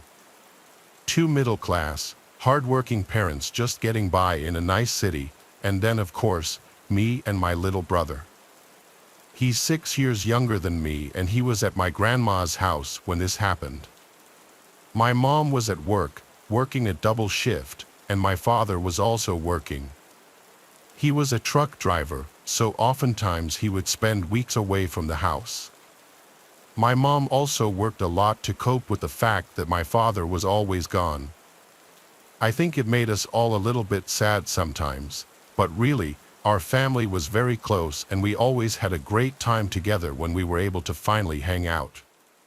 Sometime during the night, it wasn't too late yet, but definitely starting to get dark. My mom wasn't going to be home for a few more hours, and I was getting pretty bored with nothing to do. I was pacing back and forth through the house, just trying to figure out how to cure my boredom. I sat down on the couch and began looking for something to watch on TV, but nothing was catching my eye. Shortly after, I went and grabbed my PS4 from my bedroom so I could play Madden football out in the living room since the TV was twice as big as mine. As I was hooking up my PlayStation, I felt something weird inside. As soon as I looked up, there was a face smothered in the window right in front of me, staring directly at me. I froze and screamed. Then the man also started screaming. He started yelling for help and to let him inside, just over and over. I had no idea who he was or what he was doing, but he was practically begging and screaming at the top of his lungs. I couldn't move a muscle because I was just so scared. Sounds weird, but I almost let him in despite me being that scared. I was just unsure of what to do. He was a big scary man, but he appeared to be in danger. Thankfully, my mom pulled into the driveway as this was happening. I was so relieved to see her, but also terrified that the man might try to hurt her. He stopped like a deer in headlights, and my mom yelled at him to leave, and he did. Thankfully, my mom called the cops when she got inside. When they showed up, the man was sitting across the street on the curb in front of a foreclosed house. The cops found him there and asked him questions. He stuck with his story, though, and said that a group of men in ski masks tried to kidnap him and that they beat him senseless. For some reason, I just didn't believe that. The cop didn't really seem to either, to be honest, but there was nothing the officer could do technically. We later found out that the man was our new neighbor, and he had just bought that house that was foreclosed right across from us. It was a good thing that my mom showed up like an hour before I expected her to that night. That guy still lives next to my parents, and I lived there for a few more years after this incident. He never necessarily bothered us again after that, but man, he was a creeper. We had to live by his word and take what he said as the truth. Even though it seemed unlikely, we had no choice but to accept it. Nothing outlandish happened with him after this, but there were times I was very uncomfortable by his presence. He used to smile and wave at me whenever I walked past his house, and he always seemed to be outside watching when I got off the school bus. There were also times I heard him having full-on conversations with himself, and I swear I even saw him hitting himself in the head while doing so a few times. He liked to randomly scream in the middle of the night like bloody murder.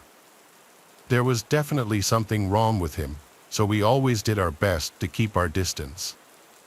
My dad really disliked him, probably even more than my mother and I. Violence really was not a thing in our neighborhood, and I mean that literally.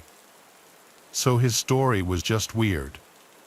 The last thing I want to mention is when I saw his face the first time. He wasn't cut up or bleeding like he was when the police found him. I genuinely believe he did that to himself to make himself look like a victim. It sounds crazy, but I know there are people out there crazy enough to do that.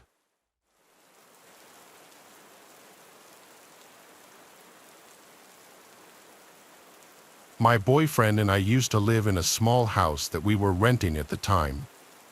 We were young and it was our first place, so we needed something affordable. We found a place for just $700. It was a 2-bedroom, 1-bath, 900 square foot house. It was in a really rough part of town, but we thought if we minded our business, kept our noses down, and stayed alert, that we'd be fine. It was nothing fancy at all, but it was still more than what we needed. We both had jobs, only being paid $10 to $15 an hour, and we were both also full-time college students.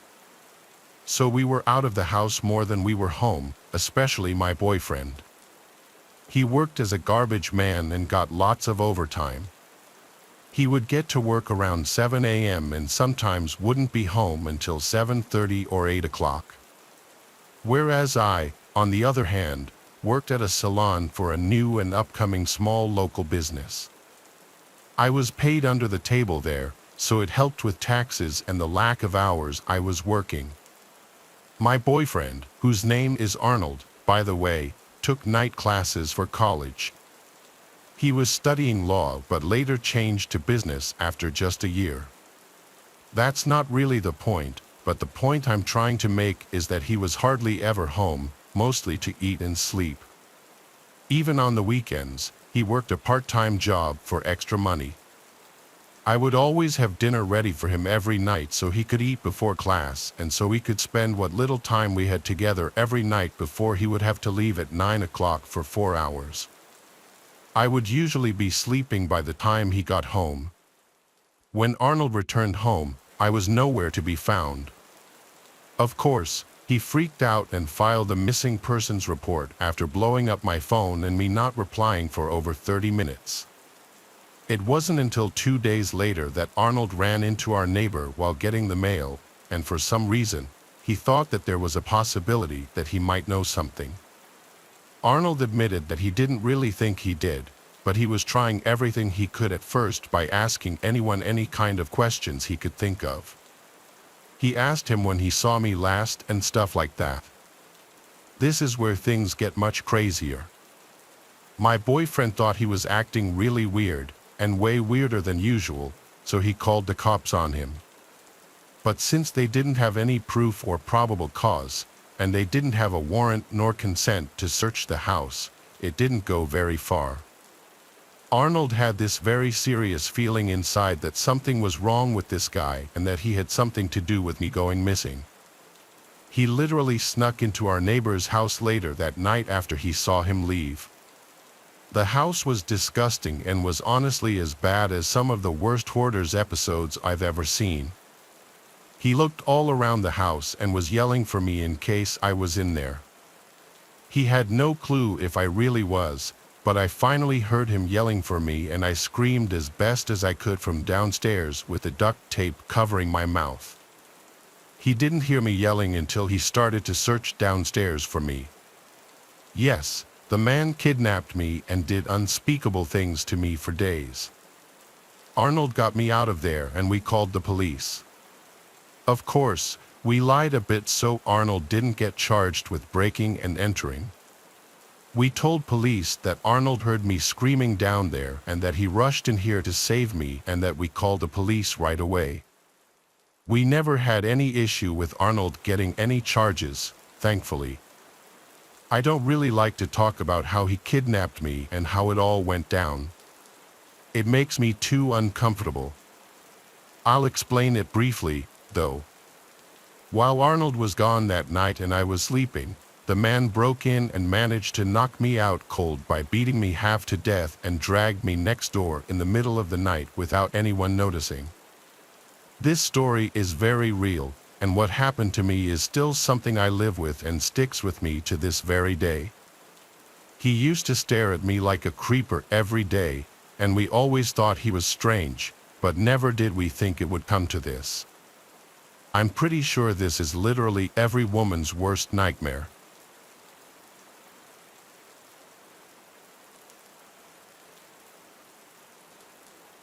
Summer is the greatest season by a long shot. That's a hill I'll die on any day. My love for the summer doesn't revolve around partying or drinking, as you may expect, but nature, warmer weather, and the outdoors are inseparable in my opinion. And I guarantee you that when the heat rolls through, I spend more hours outside than inside. It was a warm night in mid-June a few summers ago when this happened. I was 16 or 17 at the time. For context, there's a massive nature preserve near my house. When I say massive, I mean it. It's close to 1,000 acres in size. To this day, there are still parts of it that I'm positive I haven't explored. 2 of my friends and I agreed to spend a night camping in those woods. Technically, camping there was strictly forbidden and borderline illegal, but we figured that there was no chance someone would catch us in this dense forest. We just had to trek as deeply as possible. Zane was the camping fanatic of the group. I'm telling you, this kid loved cosplaying as a Boy Scout and probably knew close to 100 different knots. Our other friend Clement always supplied the drinks. If we were sober, he was unhappy. That's just how things went when Clement was involved. I remember the feeling of the gentle summer breeze blowing through my hair as the 3 of us packed up Clement's car. The weather was ideal, not too cold, not too hot. A few beers later, the 3 of us found ourselves lugging camping equipment through the woods at like 11:40. I can't lie, I was feeling the alcohol start to hit me as we marched along. Zane always carried this industrial-grade flashlight with him, so the darkness of the forest wasn't much of an issue. As much as I enjoyed the outdoors, though, traversing through thick woods at this hour was a bit creepy, even with Zane's flashlight on hand. After close to half an hour of straight walking, the 3 of us found ourselves in a small flat clearing that was an ideal spot to set up camp.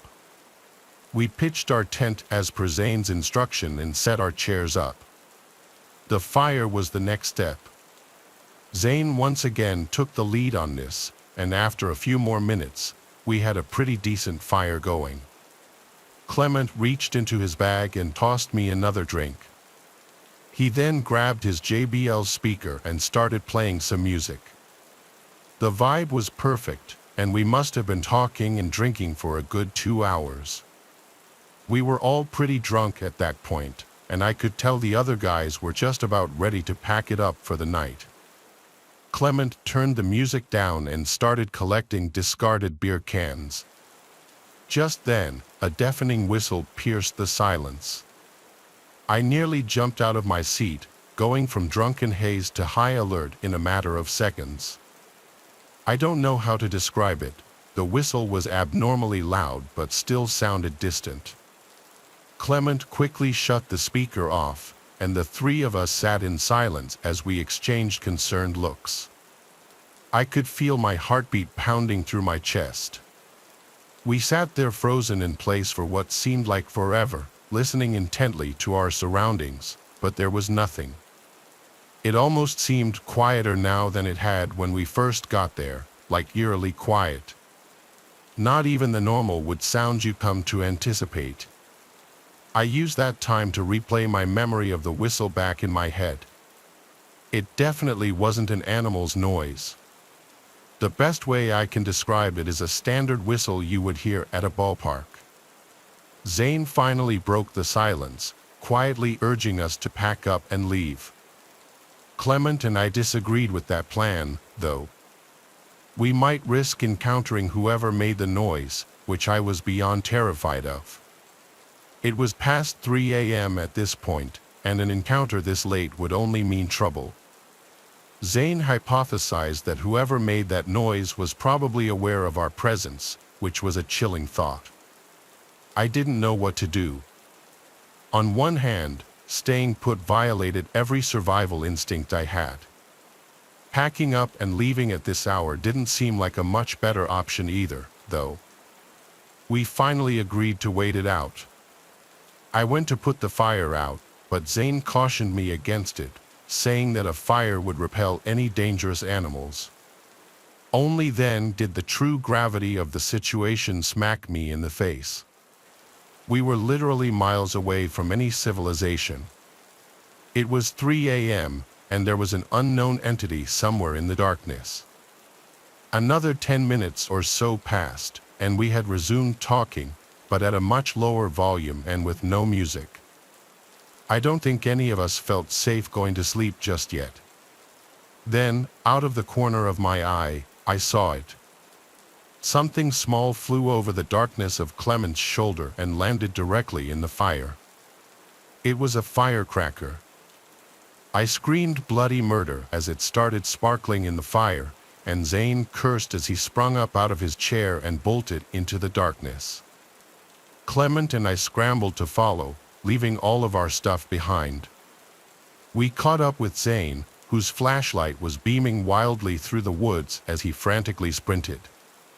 We ran until we couldn't anymore, and Clement keeled over and threw up. Zane shut the light off, and the three of us stood there panting, trying to figure out if we were being followed. To my surprise, it didn't seem like anyone followed us. I don't think I've ever been so afraid. Why in the world would someone have done that?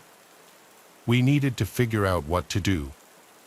Clement wanted to just find our way out of the woods and never come back, but Zane was reluctant to leave all of his camping gear behind. Plus, he reminded us the fire was still active. I was dumbfounded. How could he be concerned with forest fires after what had just happened? Eventually, I agreed with Zane that we should at least check on the site. After all, no one had actually chased us, so there was a slight possibility that whoever threw that firecracker was just playing a cruel prank. Zane was a navigational expert and was actually able to retrace our footsteps. I could make out the glow of the fire as we quietly approached. Before I could get any closer, though, Clement put a hand in front of me and pointed with a horrified look on his face. I strained my eyes to make out the sight in the distance. What I saw is probably the most terrifying thing I'd ever laid eyes on. There were 3 people sitting motionlessly in our chairs like statues. The one whose face I could see looked lifeless, and his mouth was hung open. I was afraid to move. What were they even doing? I thought, realizing that they weren't even talking. This was not normal. The 3 of us watched for a little while longer before deciding to back off. We turned to leave, but Clement's foot clipped a rock, causing him to curse in frustration. Within seconds, the glow from the fire abruptly went dark, as if it had been covered with a cloak. It was freakishly fast. We didn't stick around another second. We again sprinted away from the site, but this time we could hear footsteps crashing behind us. We didn't stop this time. We bolted out of the woods and ran all the way to Clement's car. By some miracle, we weren't followed out of the woods. None of us spoke on the drive back, each of us lost in our thoughts. The next day, Zane insisted we return to the site in the daylight to collect his belongings. Clement wanted nothing to do with that, but I agreed to accompany Zane. After some searching, we eventually found the site, which looked mostly untouched. That is, until we got a little closer and noticed the putrid smell coming from Zane's tent. He unzipped it, and we found a dead, rotting rat. It was sickening. I took the hint and haven't been back to that preserve since.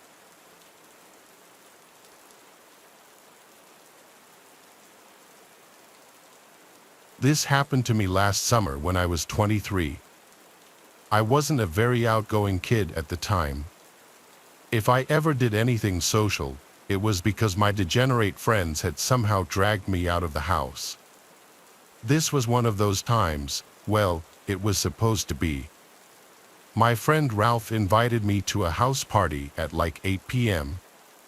It was pretty spontaneous, but I had nothing going on, so I reluctantly agreed to go with him.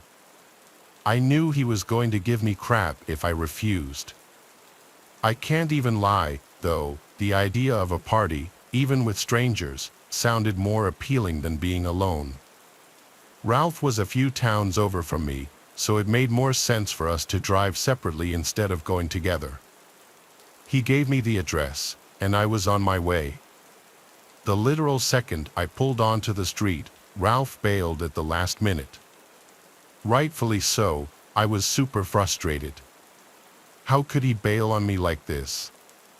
There I was, feeling like a complete idiot outside a stranger's house.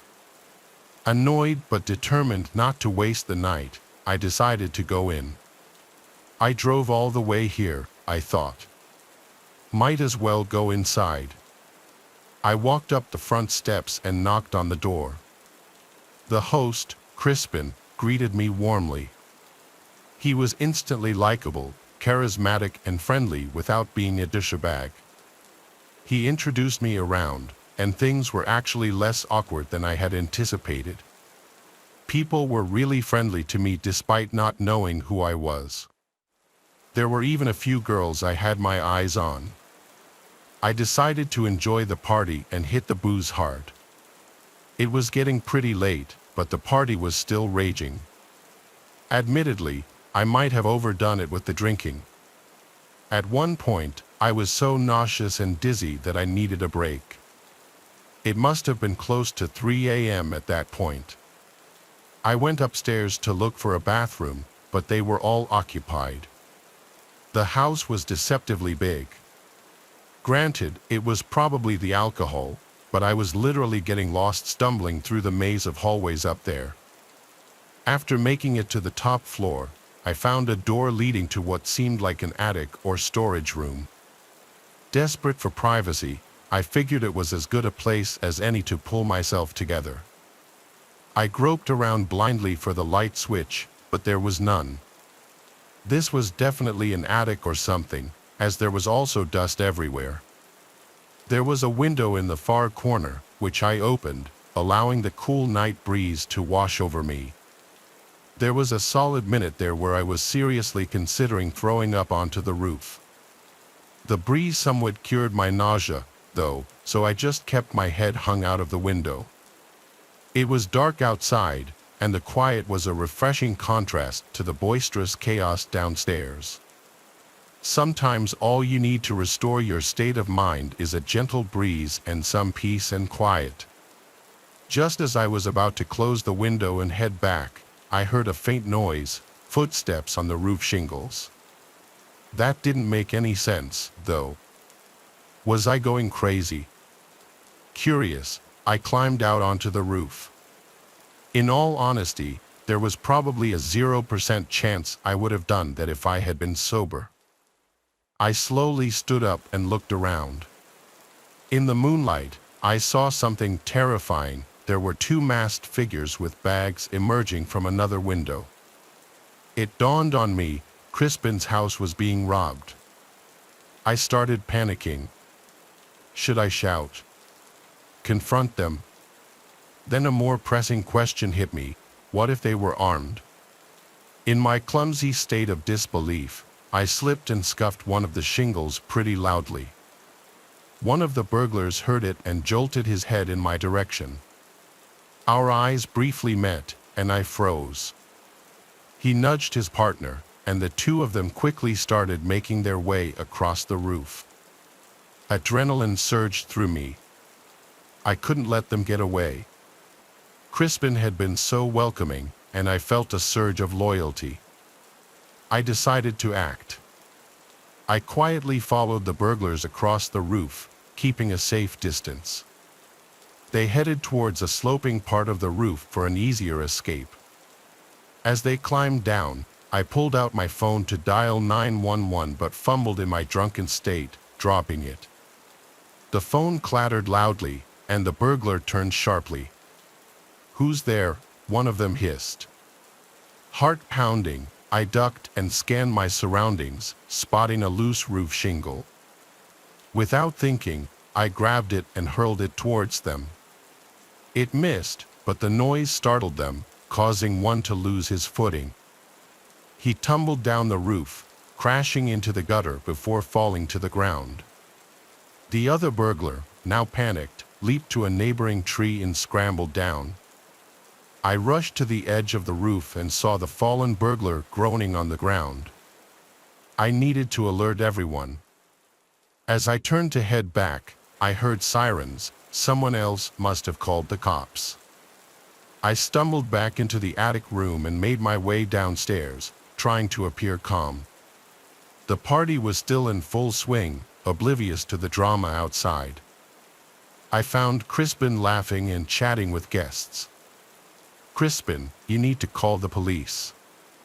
There's been a robbery." "I saw the burglar on the roof," I said. Crispin's face turned from amusement to shock. "Are you serious?" he said as he hurried to make the call. I explained what happened. The party mood shifted from celebration to concern. Apparently, one of Crispin's neighbors had coincidentally already called the police to file a noise complaint, which was an incredibly ironic turn of good fortune. When they arrived, I recounted my story, leading them to the injured burglar. The man was arrested, but his partner had fled. The party ended abruptly. People started scattering, and the lights got flipped on. I tried my best to act sober, but even after all that happened, I was still stumbling a bit. Crispin thanked me profusely, still in disbelief. As for me, I was just glad I could help despite the bizarre and terrifying circumstances. Looking back, I still can't really explain why the burglars would have chosen a house having a party to rob, but maybe they had prior knowledge of the house and knew no one would be upstairs. I figured that would be the end of the story, but fast forward a few months, and I've got quite the update. I was playing video games at Ralph's house one night when he got a call from Crispin, who invited us over for a few beers. Up until that point, I hadn't actually realized the two of them were that close. The first thing I noticed when I pulled up to Crispin's house was that the front door and every window in sight were completely different. Was I not remembering his house right? I could have sworn the windows and the front door had been white, but they were all gray and much more heavy-duty looking. Crispin waved us in, and we went down to his basement. We cracked a few beers and started playing a game of pool. To my surprise, he actually recognized me from the party and thanked me again for my trouble. What he told us was actually crazy, though. Apparently, the burglar the police caught that night refused to snitch on his partner and was currently serving a lengthy prison sentence. The police hadn't been able to get any leads into catching the other guy, though. Crispin told us that not even a week after the incident, his family started receiving threatening letters from an unknown sender, some of which included pictures of Crispin and his family members. Obviously, they reported these occurrences, but the police had no real leads. A month after that, Crispin's mom noticed a suspicious vehicle circling the house at around 1 a.m., and a few days later, Crispin's dad claimed that things in their backyard had been gone through and moved around. In response, Crispin's dad increased their home security and even went as far as to replace and reinforce all their doors and windows. I was shocked. This was still an ongoing issue for Crispin, and I had no idea how serious a situation like this could get. Summer's fast approaching, and I'm sure I'll have another update when I see Crispin again.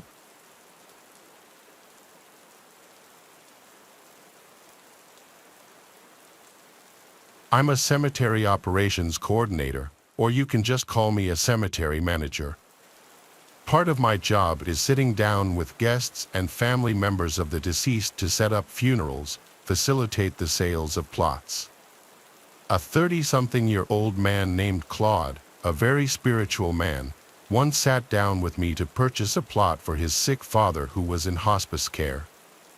Claude was a Hispanic man with a very thick accent, and I saw in his eyes he was a very caring man. He showed me pictures of his father, who also looked like a very sweet man, much too young to be taken away from his family. Unfortunately, the man's time came that same week, and Claude arranged for his father's funeral service at the cemetery. It was a very stormy day, the day of the funeral, which is thought to be a sign of good luck. The funeral procession stopped in front of the front office building briefly. I stepped outside under the front awning of the building and saw Claude in the car behind the hearse. We waved at each other.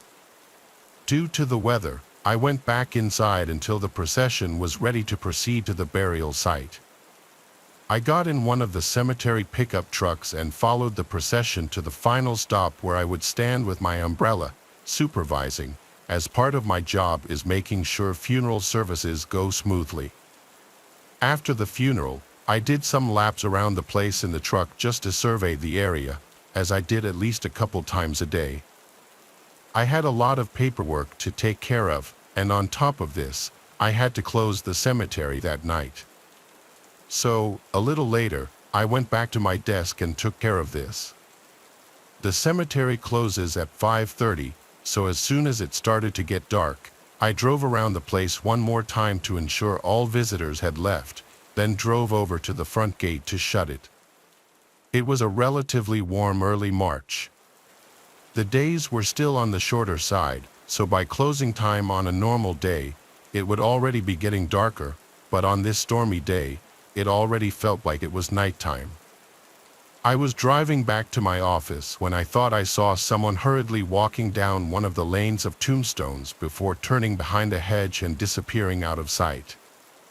I beeped my horn to let them know the place was closed, but strangely enough, I didn't see them again. I grabbed my umbrella and ran out into the rain in that direction. I turned beyond the hedge they turned at and looked down this long row of tombstones on one side and hedges on the other. I didn't see anyone. I looked around in the rain for a solid 20 minutes, but eventually, I had to give up. I drove back up to the office and browsed through the CCTV footage. None of it picked up any unusual movement, even though it was a bit harder to see much because of the storm, and it was also pitch black outside now. I tried to multitask, keeping an eye on the camera while finishing up some of my paperwork, when I heard the front door to the visitation room slammed shut. I sprang up from my chair and yelled, "Hello." My first thought was that it was the same person I saw before. Maybe they got locked in the cemetery and were looking for assistance in leaving. I stepped out into the lobby, but no one was there. I looked around and again said, "Hello." Maybe the door slamming shut was them leaving. I started looking out all the windows, and I stopped when, through one of them, I saw someone on the other side looking back at me with a blank expression. I jumped back and screamed, and they didn't flinch. I stepped closer and made a squinty-eyed, confused look when I realized I recognized this Hispanic, older-looking man. In my head, it reminded me exactly of the pictures of Claude's father he showed me. With my heart in my throat, I ran out the front door of the building and to the side where I saw the man, but he was gone. He wasn't booking it into the fields, he wasn't hiding in a bush nearby, he was gone. I looked around me as I stood in the rain getting soaked, then ran back inside, packed up my things, locked up, and got in my car. I opened and closed the gate once more, locking it behind me, and drove home. When my wife asked me at home why I was being so quiet, I just told her it was a long day at work. To this day, I think I was just overworking myself, and my mind was playing tricks on me, but it still is genuinely disturbing to think about.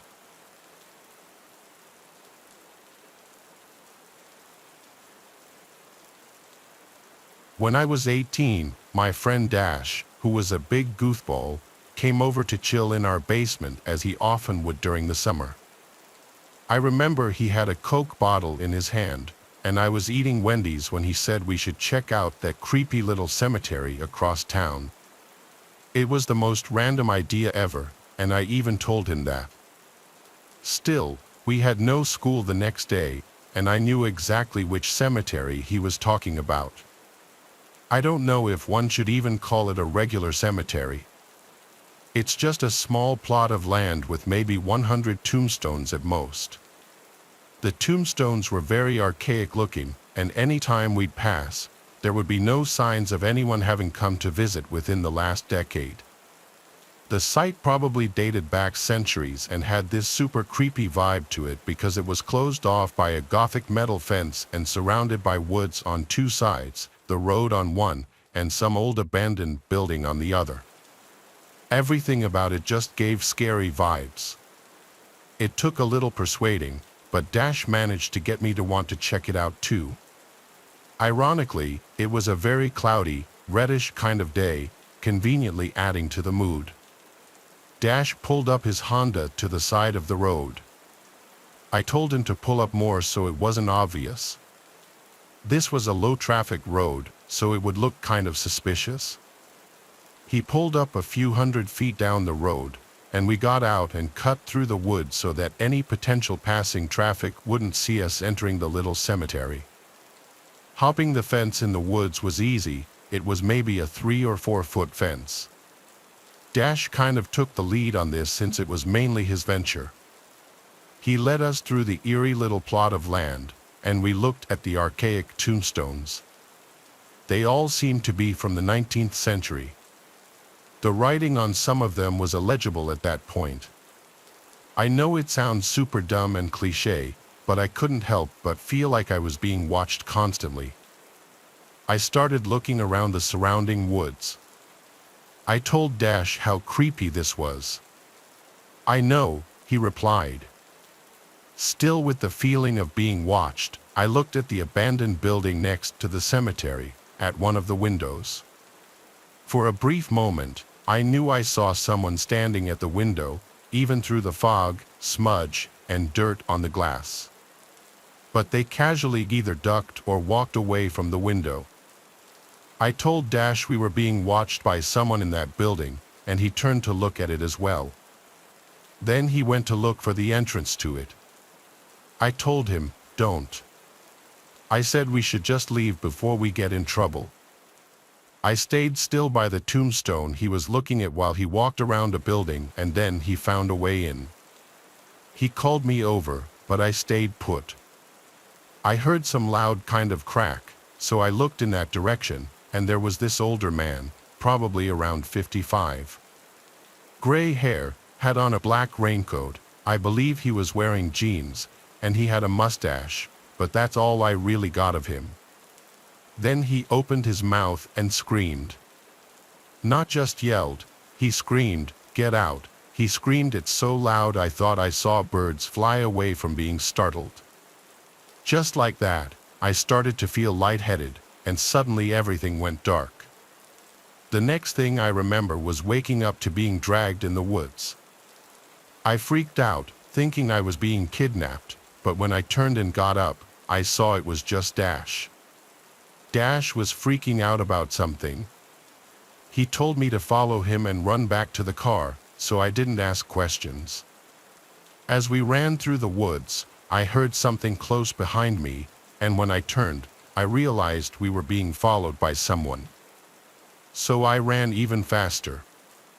We got to his Honda, and he basically put it in drive before the car even had a chance to fully start. When Dash was inside that abandoned building, he found a sigil of Baphomet painted on the wood floor, which is basically the sign of Satan. Around it were a bunch of freaky dolls with buttons for eyes. He didn't get to see anything else in the building because he heard the old man scream at me outside. He came running to find me passed out on the floor, and he saw the old man slowly walking over to me. He started to drag me away from the old man and into the woods. He actually literally picked me up and threw me over the fence to get me out. I quickly came back to consciousness, and that's when we ran. I had only fainted one time in my life, and it was at that moment. I don't know why I fainted, but it happening at a graveyard with some kind of satanic ritual building right next to it makes it that much stranger.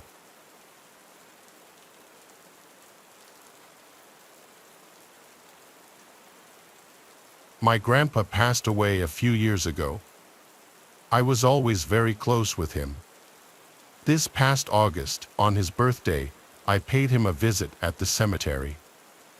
The cemetery he and my grandma chose to be buried at was about an hour drive from my apartment. My family lived closer, so they all went to his grave together. I had to go separately. It was a rainy, depressing day, and there's nothing worse than visiting a cemetery on a gloomy day. The gatekeeper of the gate asked for the plot number. I gave it to him, and he let me in. It's a pretty big cemetery, and I'd only been there a couple of other times, not as the driver though, so I had a hard time finding it. I didn't see many other people, if any, at the cemetery that day. I'm sure the weather had something to do with it. Eventually, I found his stone and parked my car in the grass to the side. I put some flowers down under a stone, stood there for a while with my eyes closed, and prayed. When I finished my prayer, I opened my eyes and looked up. There was an old man standing about 5 rows of graves down directly across from me, and he was looking right at me. I knew this man, though. It was my grandfather.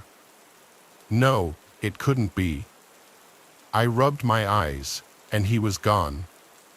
Did I just have a spiritual moment, or were my eyes and mind playing tricks on me? Either way, I got the chills, and I had goosebumps. I was quite honestly freaked out. I got back in my car, said, "Love you, Grandpa," and drove off. I felt like I had a headache on my way home, not sure why.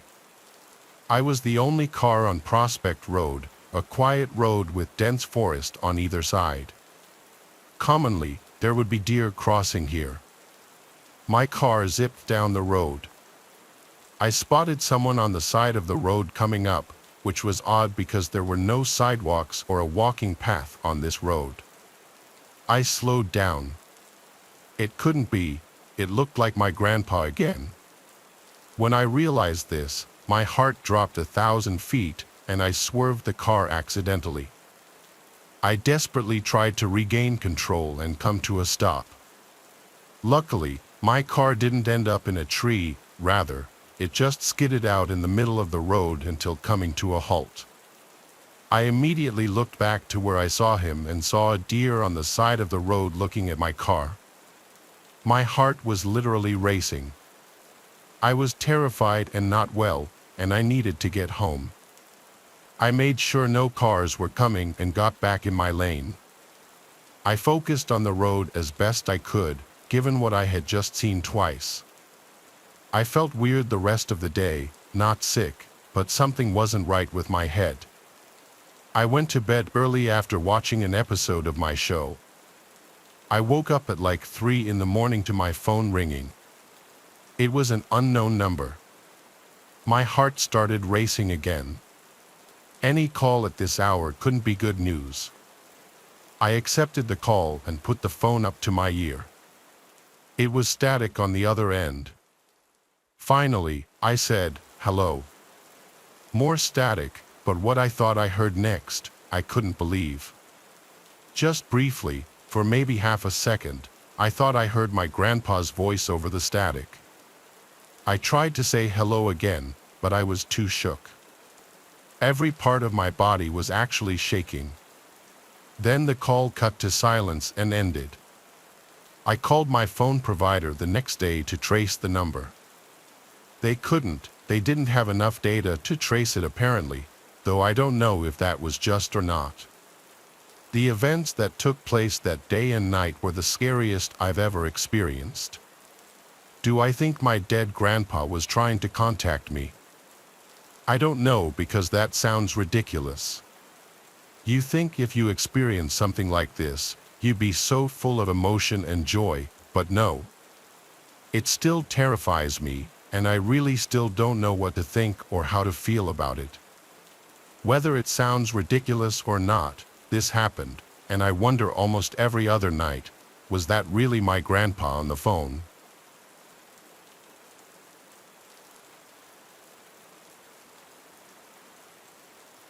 My friends and I were very stupid when we were teenagers. I was like 16 or 17 when this happened.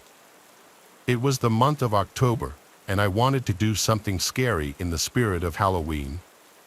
There's a small cemetery about 15 minutes from where I live, and when I was drunk with a couple of friends, I said we should sneak into it. I'll make up some names for my friends, Dion and Ezra. We were at Dion's house. He didn't drink ever, so when I came up with the idea, he was the one to drive us to the cemetery.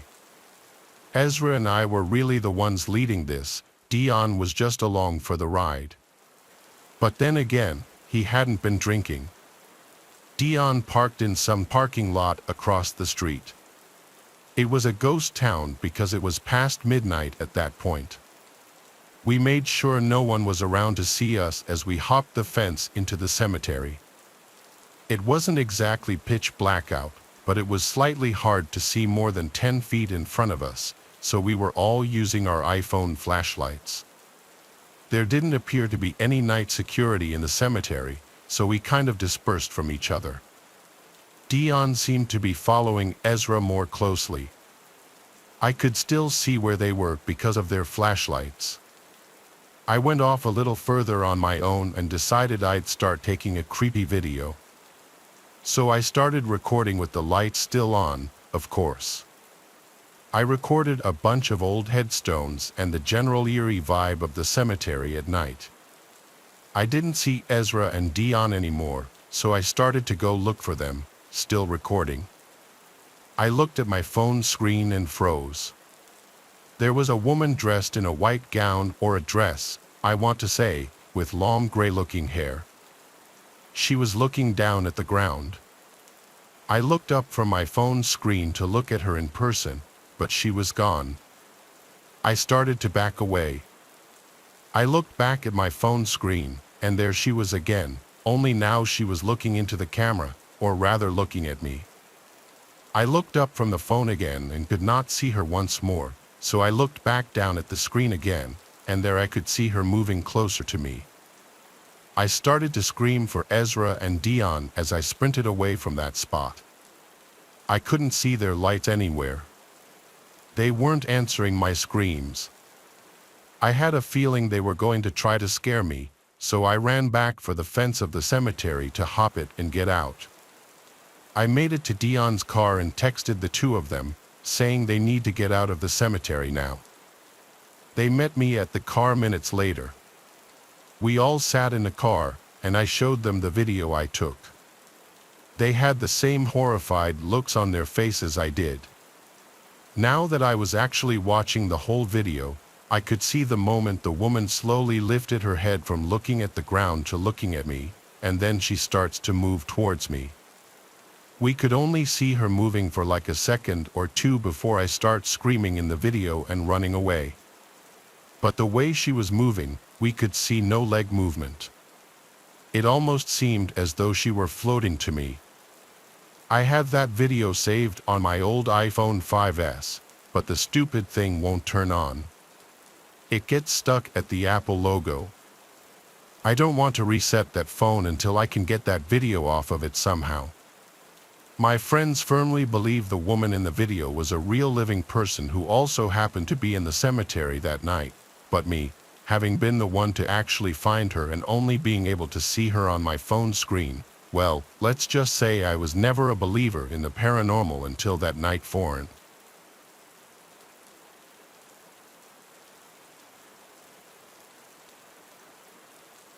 off this chick that was a little unstable to say the least. She'd probably kill me if she heard what I was about to say using her real name, so for my own sake, I'm going to refer to her as Jane. To make a long backstory short, she came from a messed up family, and her dad was sort of at the center of a lot of her problems. When he finally died, she told me she went to the funeral just so she could find out where he was buried. A few days later, in the middle of the night, Jane called to ask me to take her to the cemetery to smash his gravestone. Although that was something I would never do to anyone, no matter how much I hated them, I could understand why Jane would want to do something like that against her father's memory. She didn't have a license, so I picked her up and we drove to the cemetery. When I parked the car in the visitor lot outside, she pulled a hammer and a handful of grocery bags out of her purse. She said she just wanted to go in, smash it up into a bunch of small pieces, bag it up, and leave. Obviously, I knew that we were breaking at least one law by trespassing into the cemetery after dark, but this was all right with me. I just told her I would keep an eye out for anyone in the area while she did what she needed to do. On that note, we got out and hurried over to the grave. Jane knew exactly where it was, so it took us no time at all, but I was still extremely nervous about the whole thing. It wasn't just the threat of being arrested, but the vibe of the cemetery itself. I really felt like I wasn't supposed to be there, like we were disturbing all those dead people by marching through in the middle of the night. I kept my hat on straight and tried to give Jane space. At first, she spent a minute kneeling on top of the relatively fresh grave, whispering a bunch of curses and crying just from the sheer intensity of whatever emotion she was feeling. But then, without warning, she started screaming and striking the headstone. The first time caught me so off guard that it sent chills through my whole body. I spun around and was about to tell her to quiet down, but at first glance, I knew she wasn't going to hear me. She was going absolutely berserk on this stone, screaming and wailing at the top of her lungs. Each time she hit it with the hammer, only a small piece would break off.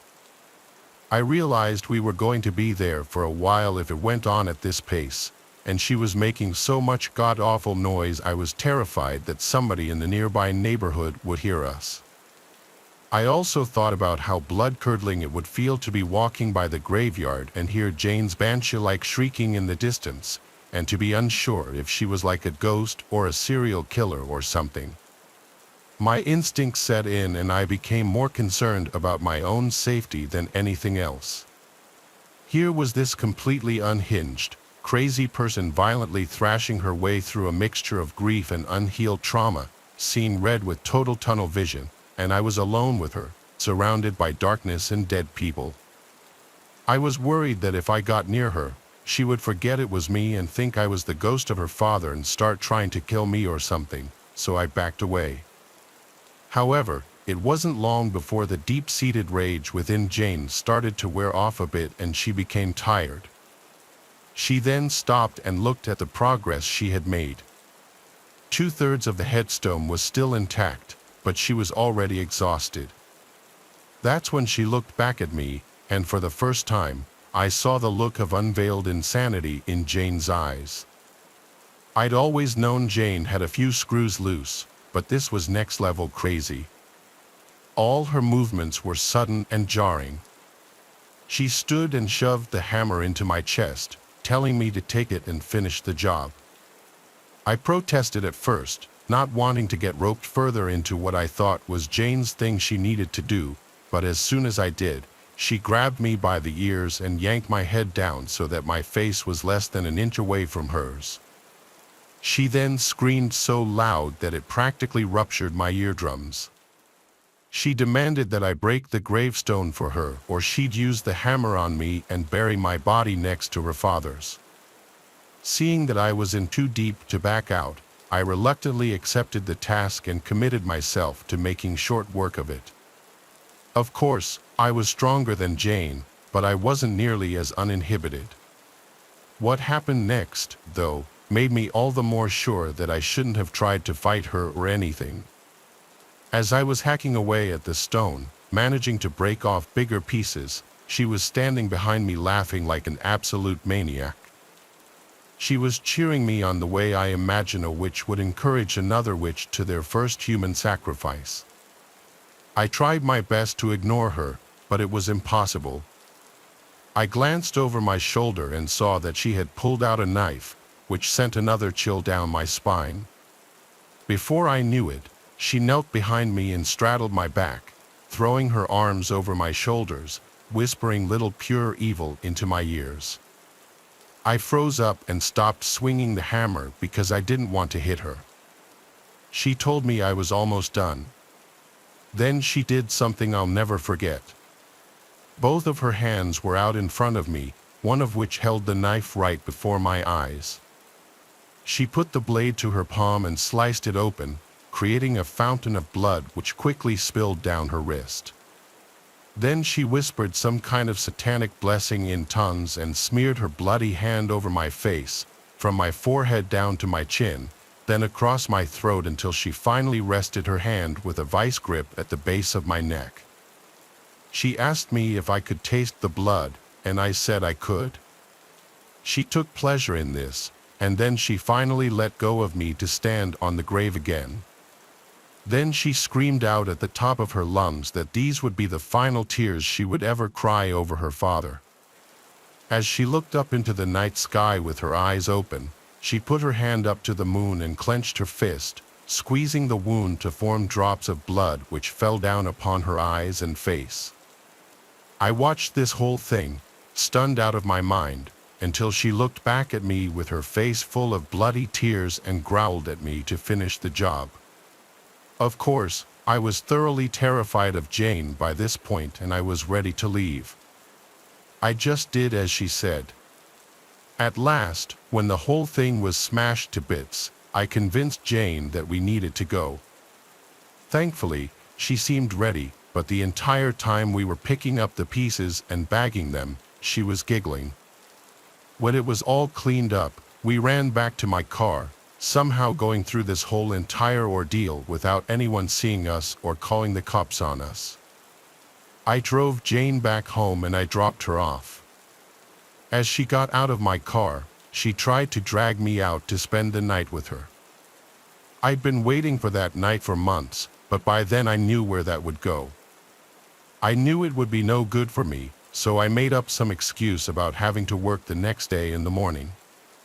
I cut off all contact and I've been avoiding her out of fear ever since.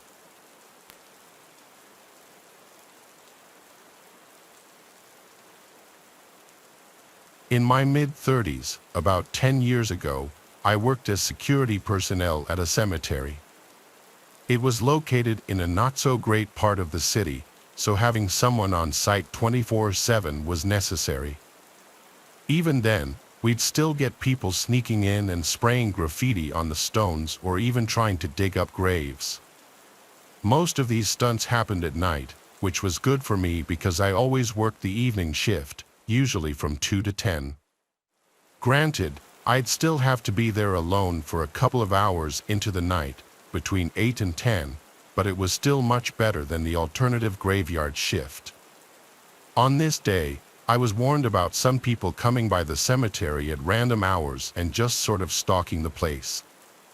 It had been going on for a few days, and the other workers weren't sure who they were or what they were doing. I said I'd keep an eye out. By 6 o'clock, the other workers had left, and it was just me. This was always my favorite half of my shift because I wouldn't have to worry about looking like I was busy the whole time. If we're being real, there wasn't ever much point to me being there when the other workers were around too anyway. If you don't already know, the job is made up mostly of riding around in a golf cart and making sure nothing is going on. From 6 to 8, I drove around and picked up a few pieces of trash left in the yard. There were a few more visitors that came, and at 8:30, I waited for the last people to leave. Then I went to lock up the front gate. While wrapping the chain around the bars and putting the lock on, I noticed a group of people on the other side of the road. They were facing my direction like they were watching me. I finished securing the gate, then got back in my cart and drove off. I knew that it was likely the group I was told to keep an eye out for, so I parked the cart in a spot where I could still see them. There were 3 people from what I could see. They stayed in the same spot for a couple of minutes before walking away. I drove around, making sure they weren't trying to find a way in on the sides, but I didn't see them. Around 9 o'clock, I parked by the front gate again for a few minutes when I heard a sharp sound echo through the field. I whipped my head around in the direction it came from, but it was too dark to see. I started the cart back up and made my way through the field. The sound was so echoey and loud that I couldn't tell if it was from inside the cemetery or from just outside of it.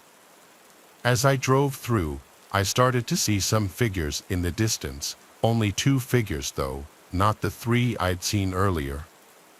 As I pulled closer, they noticed me, turning their bodies to face me but not running. I stopped the cart maybe 15 feet away and got out. The place closes at 8:30. "You gotta go," I called out. I took a few steps forward. "Do I really have to call the cops?" I said, getting more irritated and slightly more nervous. That's when I noticed one of them was holding something. It was a shovel, but they weren't really standing close to any gravestones. I looked down at the ground next to them, and there was a clear spot they'd been digging in. Then out of nowhere, I heard a guy behind me yell. The 2 started running, and the one behind me ran in a different direction. I got in the cart and turned it on to try and chase the one guy, but right away, I could feel that something was wrong with the cart. It was shaking and wobbling when I tried to drive it. I got out, and it was clear that the 2 left tires had been slashed. I frantically called the police and ran to the main building. Thankfully, the group didn't seem interested in chasing me, but seeing as they had likely slashed the tires with a knife and that there were 3 of them, I was terrified. When the police arrived, the group was long gone, but we did find the half-dugout hole they made. We were really confused by it until we found something else along the fence not far from the hole they were digging. We found a body bag. Yes, unfortunately, there was a body in it. After some days went by, it came out that the man in the bag was part of some gang and must have been killed in a shooting. What we think is that the group was trying to dispose of the body discreetly and thought that if they dug a grave and buried him in a cemetery, then it would blend in and nobody would find it. I can't say it was a terrible plan, but the execution of it wasn't the best. Although none of the men in the group were ever found or identified.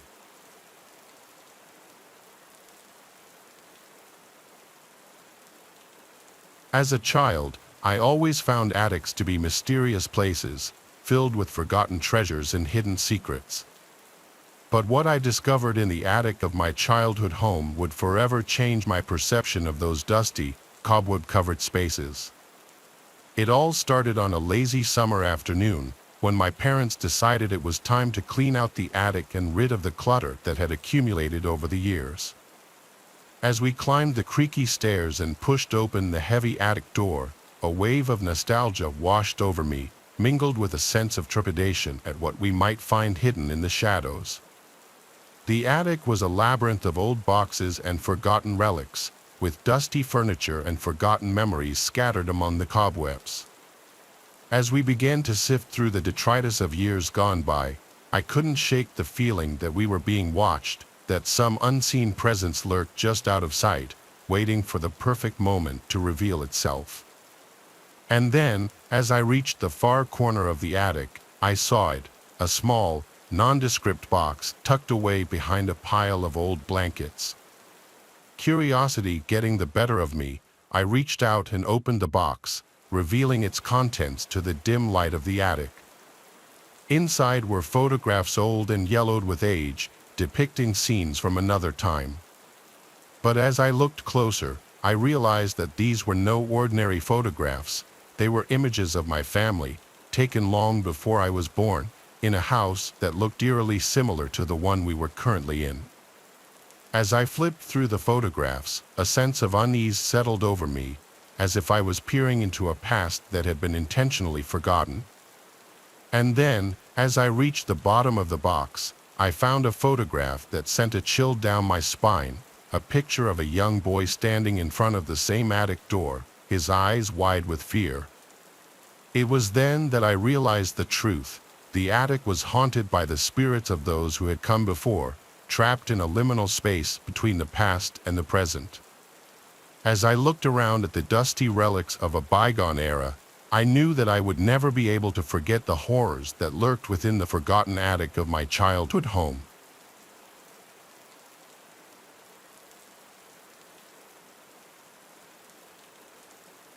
As I write this, it's early July. This story took place at the beginning of summer. I usually try to hang around my college town or travel to Europe in the summer as a way to avoid going home, but that wasn't a possibility this time around. I found myself reluctantly returning home at the beginning of the summer. I just had to make it through 1 week, and then I'd be on a plane to Germany. I didn't really feel like seeing any of my old friends, but I wasn't too keen on staying home either. So, I found myself waking up early and spending my entire days hiking, watching movies, or even just driving around aimlessly. It was my last day home. I was getting bored of the stuff I had been doing and wanted to do something a little more exciting. My friends and I used to train hop, one of the many unruly activities that I had since cut out of my life. I decided, what the hell, and drove to a secluded set of tracks I knew about. Freight trains always passed through here, so I knew there would be many options. The tracks were surrounded by trees and various flora, part of the reason I had chosen them. The last thing I needed was to be caught for doing an illegal activity after having been clean for so many years.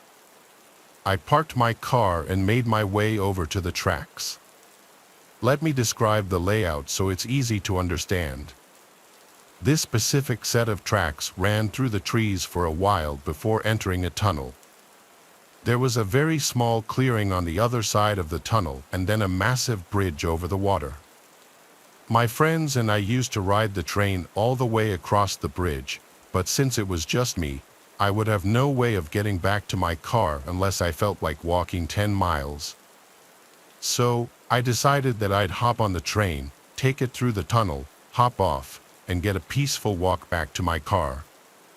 I walked along the tracks and waited for a train to pass. It was probably 3 or 4 in the afternoon. Finally, after about 10 minutes of walking, I started to feel the familiar vibration in the rails. I quickly ran to the side and tried my best to stay out of sight. Usually, as far as I know, freight train conductors didn't care enough to report people walking along the tracks, but I didn't want to take any chances. The train passed, and I waited for a good number of cars to go by before emerging from my hiding spot. I picked a car that looked easily attainable and began jogging alongside the train like I had done 100 times before. Once I was confident enough, I grabbed hold of the ladder and swung myself up. It was pretty easy, the train wasn't traveling very quickly. As my part of the train was about to enter the tunnel, I saw a strange flash of light from up ahead. I assumed it was a spark from the train or something, but truth be told, I had never seen anything like it before. I hoped there wasn't an errant wire or something dangerous in the tunnel, but it was too late to hop off.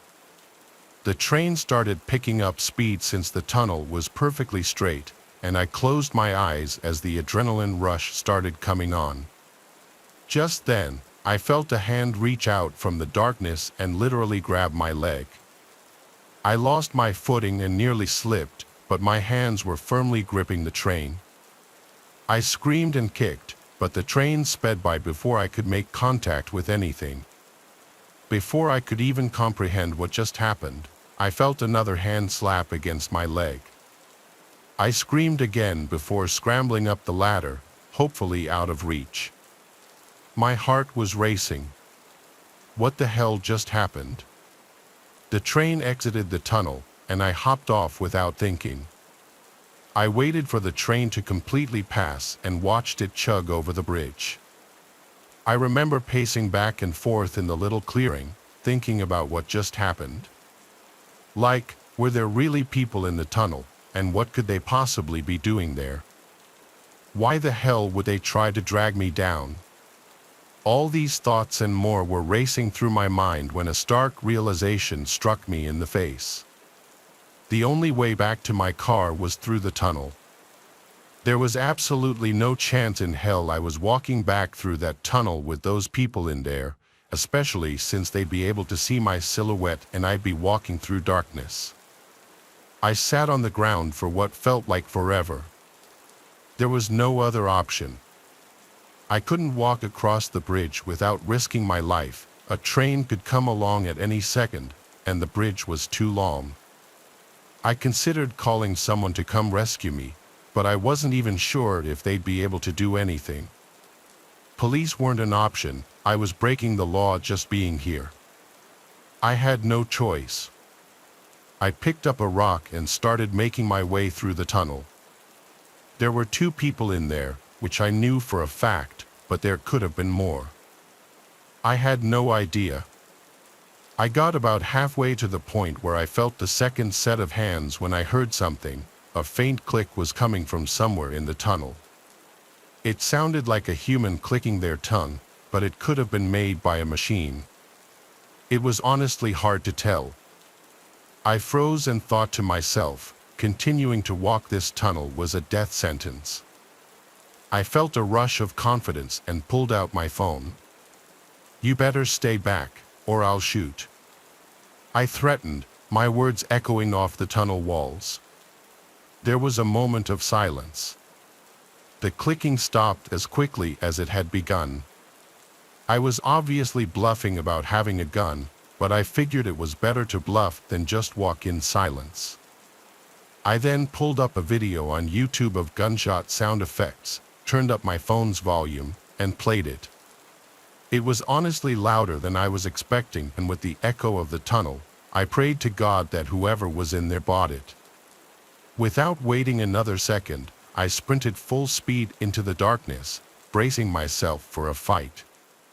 I didn't stop running until I had reached the other side. By some miracle, no one tried to grab me. After making it out of the tunnel, I looked back. There was another flash from deep in the tunnel. This time, though, it subsided long enough for me to clearly see 2 silhouettes standing on the tracks facing me. That was it for me. I turned to leave, but as I was jogging away, the nastiest screech I've ever heard emanated from the tunnel. It sounded barbaric, definitely human, but far from normal. I don't plan on ever train hopping again.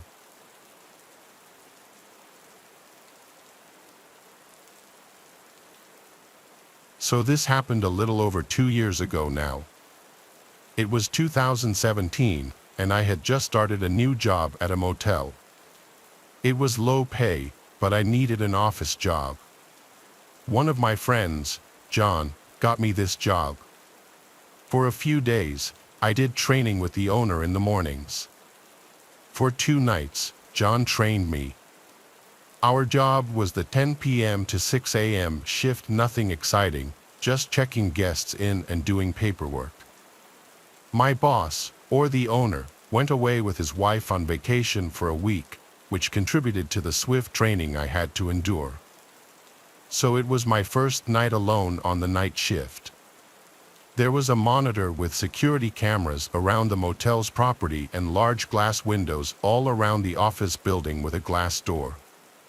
There was no night window like most motels have.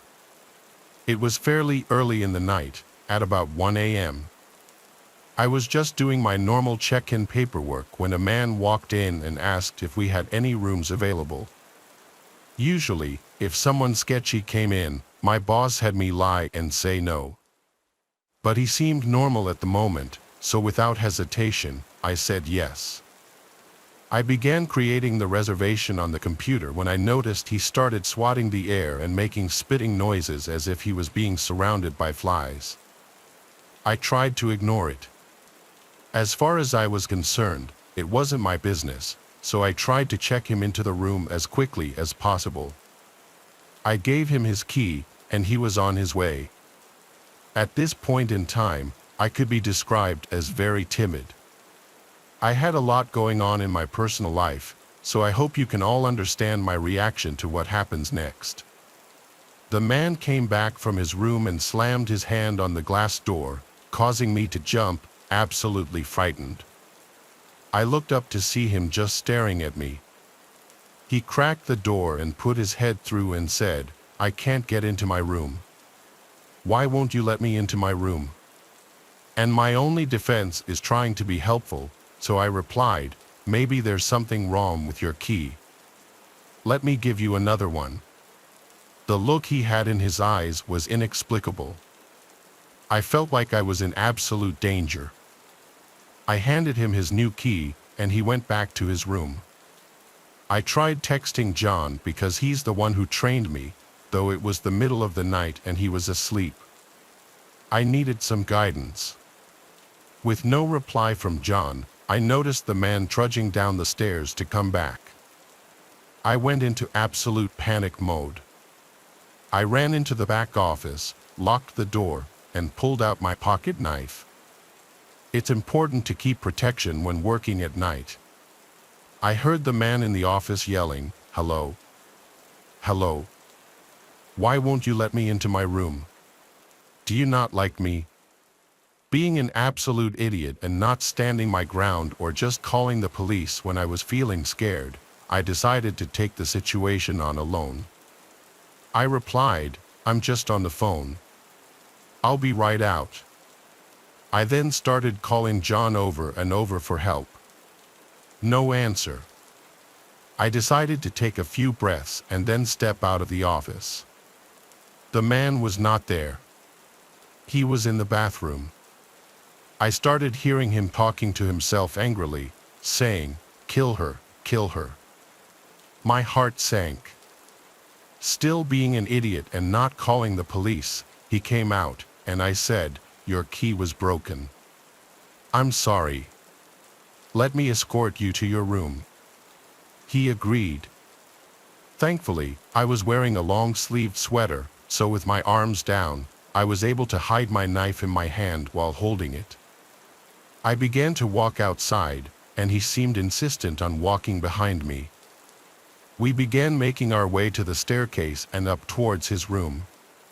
I was sweating from how nervous I was, continuously looking behind me to make sure he wasn't going to make a move. He stopped at a room, and I stopped at his room a few doors down. I smiled and said, "Oh, that's the wrong room. This is your room," as it was clearly said on the door. This whole time, he was going to someone else's room and trying to open the door. After letting him into his room, I quickly ran back to the office and locked the door. I found out there was a lone woman staying in the other room he was trying to get into. The next guest I checked in was a police officer from a few towns over. I felt bad for confiding in him about the guy, but he seemed willing to keep an eye and ear out. The next night, the man came back, but I had the doors locked and told him we were all booked up. I explained to my boss what happened when he got back from vacation. However, he didn't take it very seriously. I continued to work there on the night shift for the next year, where many other strange encounters happened, but this was one of the worst.